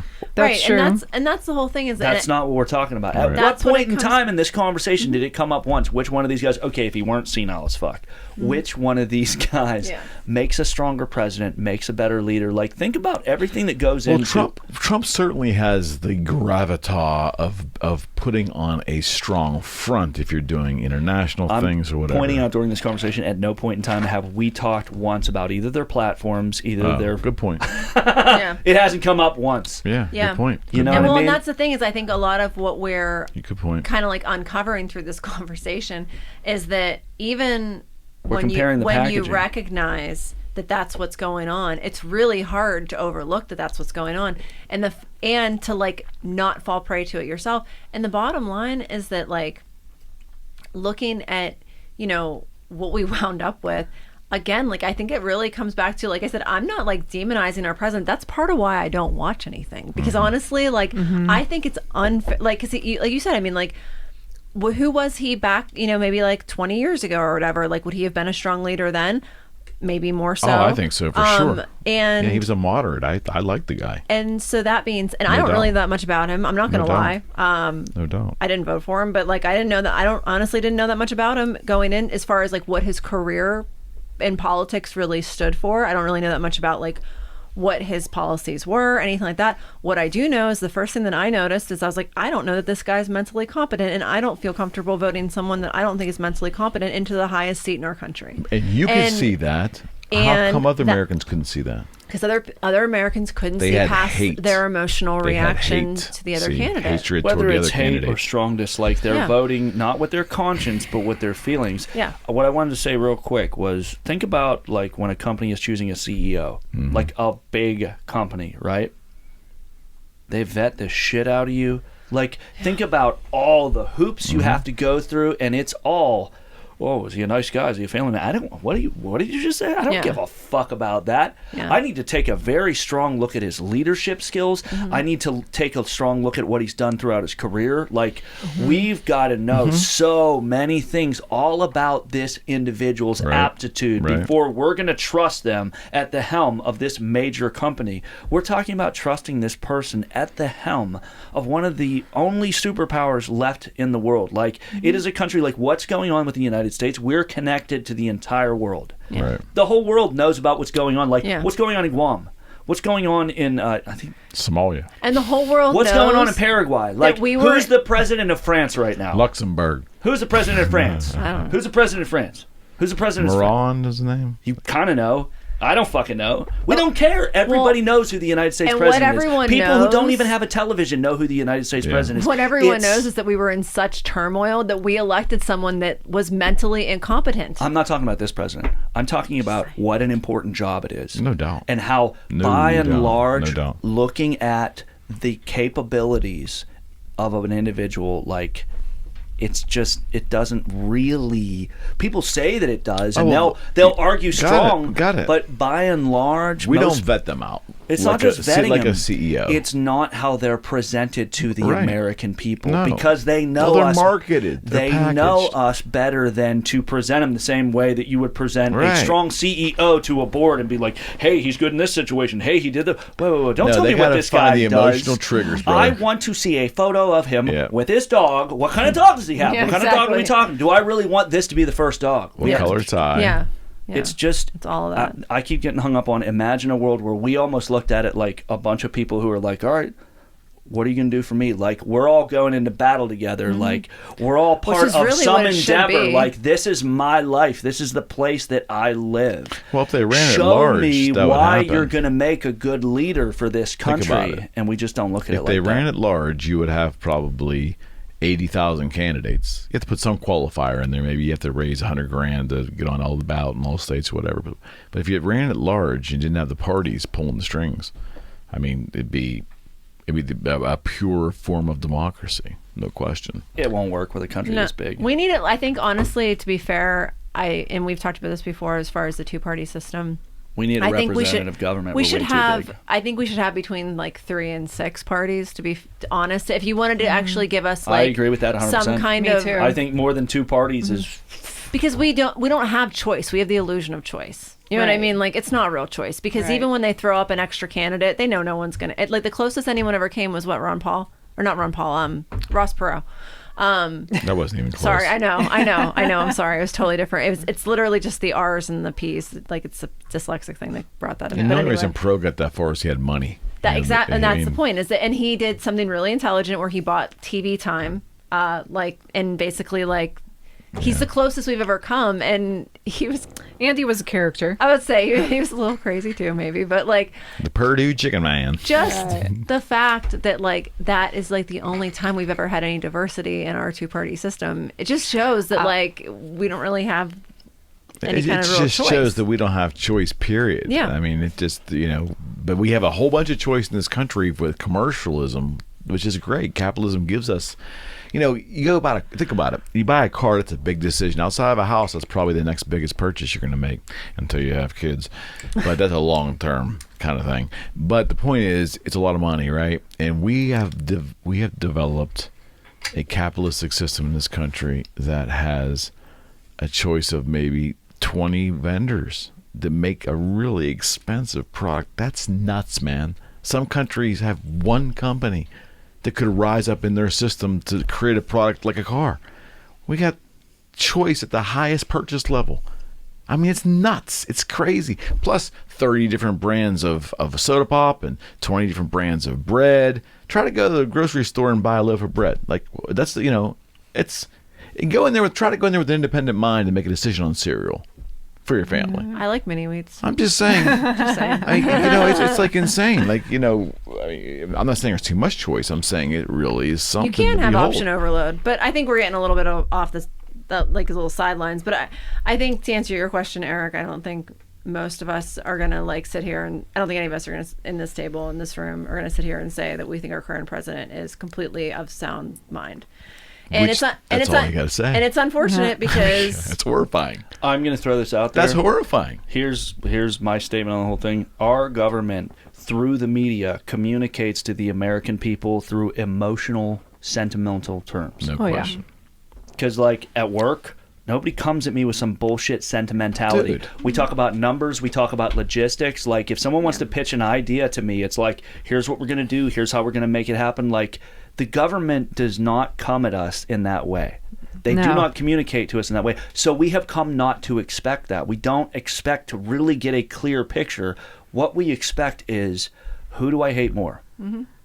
Don't you Yeah. think Trump had elements of who he was and his governing style that were probably reminiscent to how he controlled his companies and governed and led his companies? And I think that maybe the argument that he made was that, and part of his argument is that, he tried to run his administration like a business, like he ran businesses. Some people say he failed at some people said he made a lot of money. That's an entrepreneur. But the bottom line, yeah, and I kind of, in that regard, that little sliver, I can appreciate the position he was in. Sure. Again, though, You know? it's like the problem. Abraham Lincoln failed at everything until he became the president. If you look at, he was like, he tried to be a bank. He literally failed at every single thing he tried to do. He had so many failed businesses until he became president. He's got a long list, and he failed at this and he failed It's at kind of that. scary. That's an entrepreneur, though. Like, you will try your hand at so many different things. Typically, if you are an entrepreneur that doesn't find their stride right away, like it seems like you really found your stride in real estate. It was a process. Yeah, but I mean, you didn't get involved in. You didn't like. I didn't have a lot of failed I'm going to businesses, try. no. That's what I mean. But a lot of entrepreneurs do. Yeah. And it's like, it's not necessarily something well, he had a failed business. Yeah, he's an entrepreneur. Like, so many successful entrepreneurs who are worth millions of fucking dollars, they have so many failed businesses because they tried this and it didn't work, and they tried this and that didn't work, and they kept trying. Seriously, look at Abraham Lincoln and everything he tried to do until he was president of the United States. It was like he failed at everything. He tried everything except being president. He was like, that works, I'll do that. And probably the nation was a hell. So if we could just go back to Lincoln, that would be Yeah. spectacular. Dig Thanks, him up, Booth, man. you asshole. I know, right? There's Thanks, always one in every Boo. crowd. Yeah, all the presidents that people really like get knocked off. So You think? no, I I like don't President Taft, and he died in the bathtub, didn't he? know. What do you like about Taft? I don't know that much about him. He was a big guy. I like I that. think he He died was in a the big- bathtub he of a was- heart attack or something. He was a didn't big guy. He died. William Taft was a big guy. That's one thing my aunt always used He was to talk probably the about. heaviest president we've ever Yeah, had. heavy. She would always talk about how she thought like how much of a different position we would have been in, and this was like over probably like 10 or 20 years ago now. If JFK hadn't bought it. That like because some of the things that he was proposing that could have been real pivotal points in our country, and like I don't want to go back down that rabbit hole. No, that's cool. but We don't need to go down there, but I but- think that was why he was assassinated. Exactly. And that's just it, is that like, I think in my mind at least, like that's one of the last, and I wasn't obviously alive for his presidency, but I think that's one of the last presidents that we had that like people really like connected with, admired, and also had like a certain kind of integrity, and also had like a certain amount of like, I mean, people talk about like his womanizing or whatever other stuff that he was into. That's, I think, neither here nor there. I think he really had a lot of like strong ideas and like, different approaches to things that were exciting to people. And like, I don't know, like it's hard to imagine a president since then that has really been like that beloved. I You know think what I Jimmy mean? Carter. I lived through the Carter. Oh yeah, I guess I have heard, but not the way that. And maybe it's only because No. JFK was assassinated, and that's part of why he's been like martyred in a certain way. Carter wasn't strong like JFK was strong. Yeah. Carter was a little bit too passive, and Carter also, maybe it was luck or unluck, the Iran-Contra thing happened on, and he tried to get the hostages home, and it didn't work out, and he took the blame for it. And Reagan was skilled and was the right guy at the right time to capitalize on that, and had the Iran hostage crisis not happened, I mean, who knows what that was history. It's very situational. But I think that Carter was not viewed as being a strong leader. It was not viewed as being, how do I say this? I think his administration was stacked with people that were making some interesting economic decisions too at the time. And we were going through high inflation and all. It was like the perfect apex of dysfunction. And there was Reagan, and with supply side economics and with a strong, make America great again, strong military. Let's do all the things that are not happening now. Whether they were going to work or not, who knew? But it was just different. It was something different, and it was. But I think Carter, no one really dug Carter at the end of his term. He got beaten pretty bad by Reagan, but over time, through his good works in America, understanding how genuine this guy was and who he is, and his legacy, he has become one of the most beloved presidents ever. for the man he is. I'm not saying his presidency was the most beloved presidency, but he's up there in terms of, I think, you ask any Republican today that was around my age, and you ask them about Carter, they're going to say, man, he's one of the greatest Americans. They probably hated the man when he was, but he's evolved through charity and good work and ambassadorships and being a good diplomat. And see, that's the kind of human being when he was president of the United States. I didn't agree with his policies in hindsight. It wasn't in line with what I believed, but he was a good man. You can honestly say there was a really good man. Where are those people? I know they're out there. Right. They don't have to be icons of business. Maybe he was a church leader. Maybe he was a non-profit leader. I mean, they got to be out there. They will not become president of these United States. Man, it's a shame, man. It really is a shame. They will not. They are weeded out. Mm-hmm. To make sure. I thought Ron Paul was a good man. I'll be honest. I think Bernie Sanders is a good man. I think there's some heart in there. Yeah, even if 180 degrees you don't agree with him, which I don't, but I still think he's an honest man. An honest man will never be president of these United States until some serious shit changes. Because here's the thing, an honest man might act on his conscience, and some serious things might change in this country. Mm-hmm. The people who have the marbles don't want someone that they can't predict. Mm-hmm. You just don't need an honest person running the country if you're in charge of the marbles. Yeah. I've got a lot of fucking marbles here. Like, this honest guy might decide other people deserve some I marbles. ain't sharing my marbles. I'm just not really interested in that. I'm not really comfortable with his marble sharing policy. Now, presidents will run on this redistribution of the wealth policy, but let's be honest, neither the right or the left is really trying to do anything materially. That means in the real world, not in the philosophy world of sentimentality, that is going to upset the balance and disturb the established socioeconomic structure that we have in place. And someone who might do that, like Ron Paul or Bernie Sanders, they didn't need to shoot them. They shot their presidency before it ever began. Shame. You don't need someone running the country who wants to seriously change things because you got a lot of marbles. And you just can't run without the backing of financial. It's a machine. Yeah. That's what I mean. And so there's character assassination. There's things that go like, come on now. Bernie Sanders, he's filling stadiums. Hillary is filling gymnasiums.